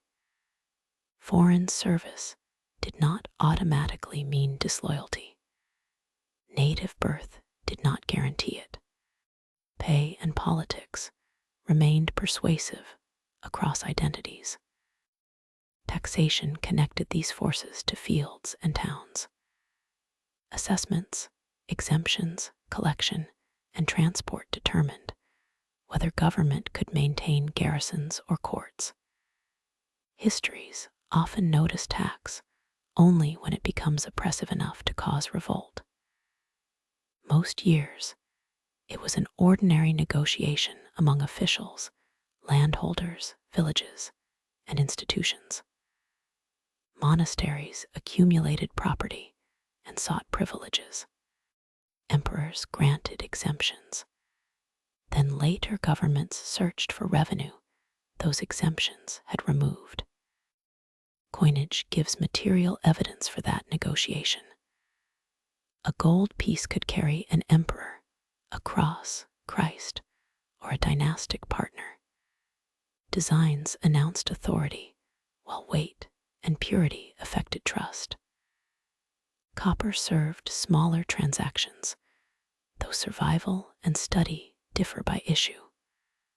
Hoards mark moments when someone buried value and did not return.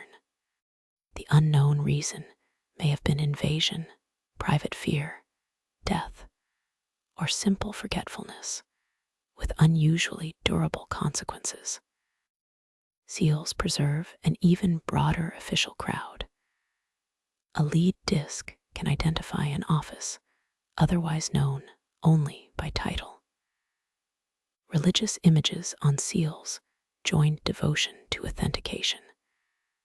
A document vanished while its seal survived in earth. The result is incomplete but intimate. A name, a claim, a saint, and the mark of cords that once held an instruction closed.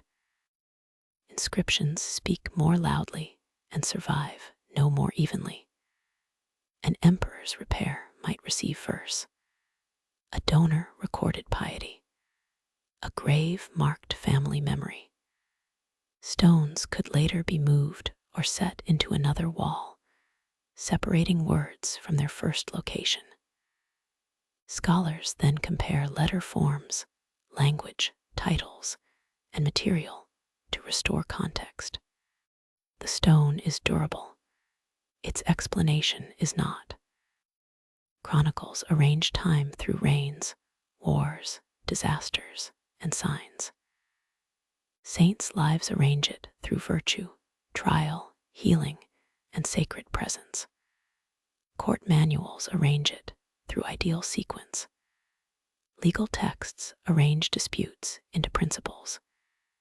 Each form notices what it was built to notice. Reading them together prevents one genre from turning into the whole city. The same caution applies to hostile foreign accounts. An envoy insulted at court might describe bad food and ridiculous dress. A successful visitor might report wonder. A crusader might defend an oath. An Ottoman court writer might place met inside a Roman imperial tradition. Bias is not rubbish to be cleared away before history begins. It is part of the event, provided it is named. Archaeology provides another argument rather than a silent verdict. Excavation in a continuously inhabited city is limited and uneven. Railways, roads, modern buildings, earlier construction, and the sea have disturbed layers. The Great Palace cannot be uncovered as one complete plan.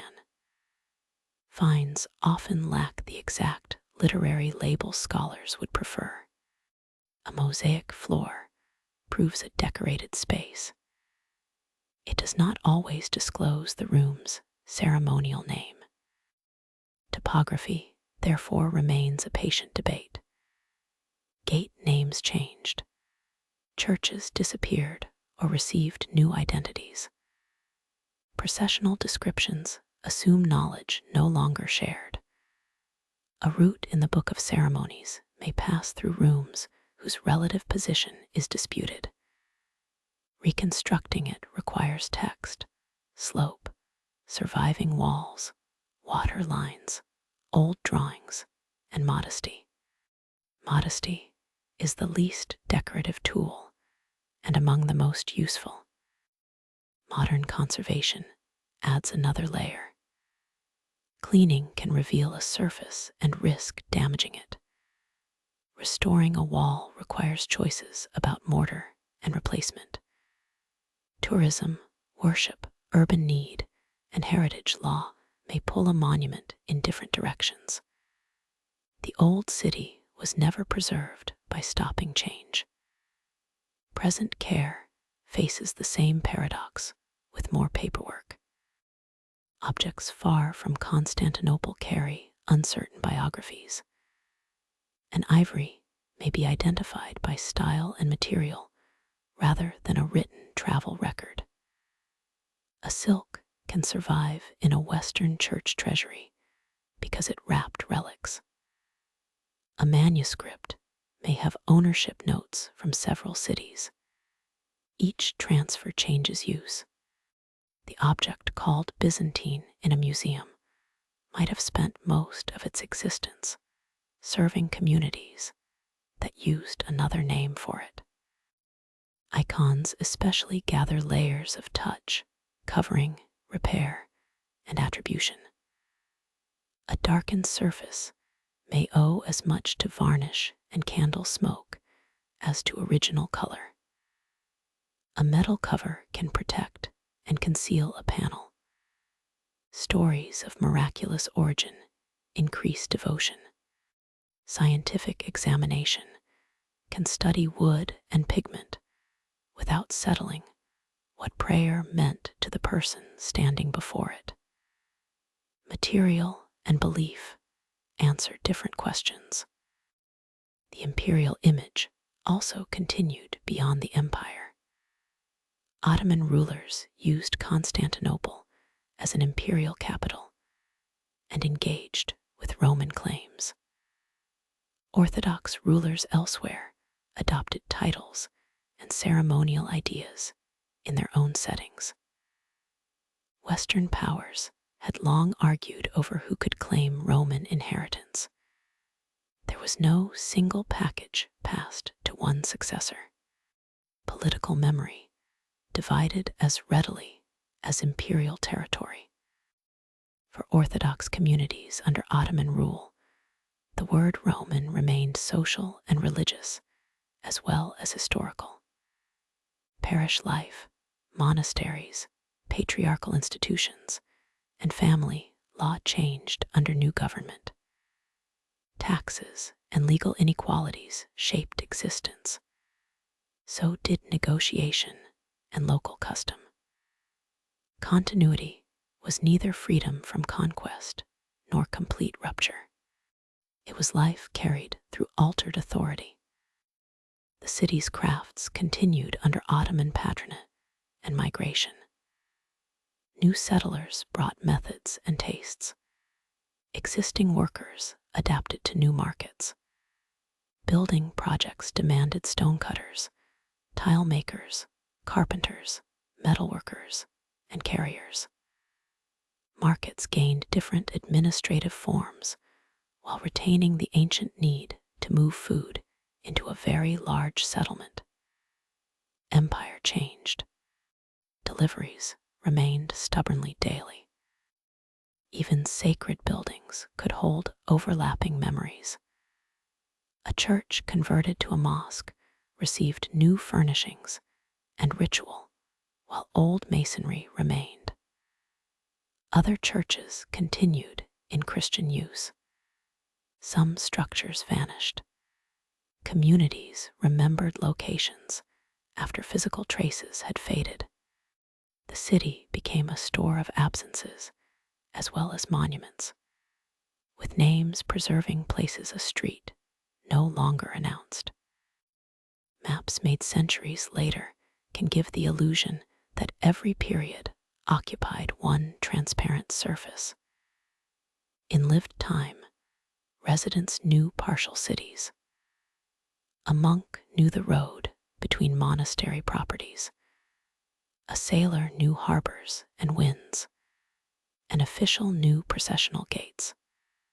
A child knew a courtyard and fountain. No one needed a complete archaeological plan to belong there. That partial knowledge may be the most faithful way to approach Constantinople. The court saw a center of hierarchy. Enemies saw walls and opportunity. Pilgrims saw relics and churches. Merchants saw dues, credit, and storage. Waterworkers saw gradients. Copyists saw a page that needed finishing before the lamp consumed more oil. The finished page could outlast its copyist by 1,000 years, though most did not. A quiet chain of readers kept selected words in motion. One repaired a binding. Another added a note. Another carried the volume away from a threatened place. None controlled the eventual destination. Preservation was a sequence of local decisions, whose global result remained invisible to the people making them. Stone followed a similar path without moving as far. A column supported a roof, then another roof. A carved block turned inward became ordinary masonry. An inscription waited beneath plaster. Water passed through a channel until silt closed it. Later hands cleared part of the line without knowing its first engineer's name. These acts require no final imperial purpose. They belong to households, workshops, congregations, and city services. They are smaller than conquest and often more continuous. Through them, the Roman capital entered the Ottoman city and the modern metropolis in fragments too practical to notice as inheritance. The fragments do not assemble into a perfect lost Constantinople.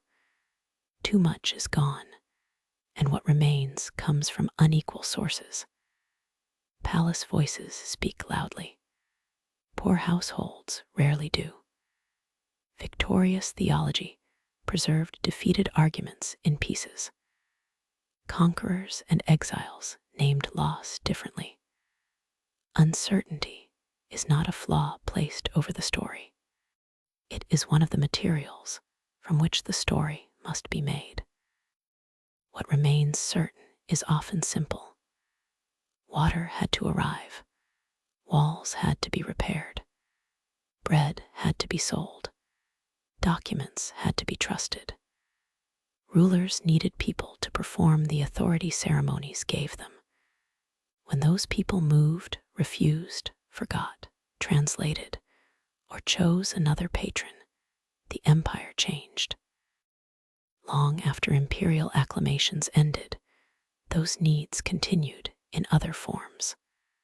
A market opened under another law. A fountain served another neighborhood. A book received another reader.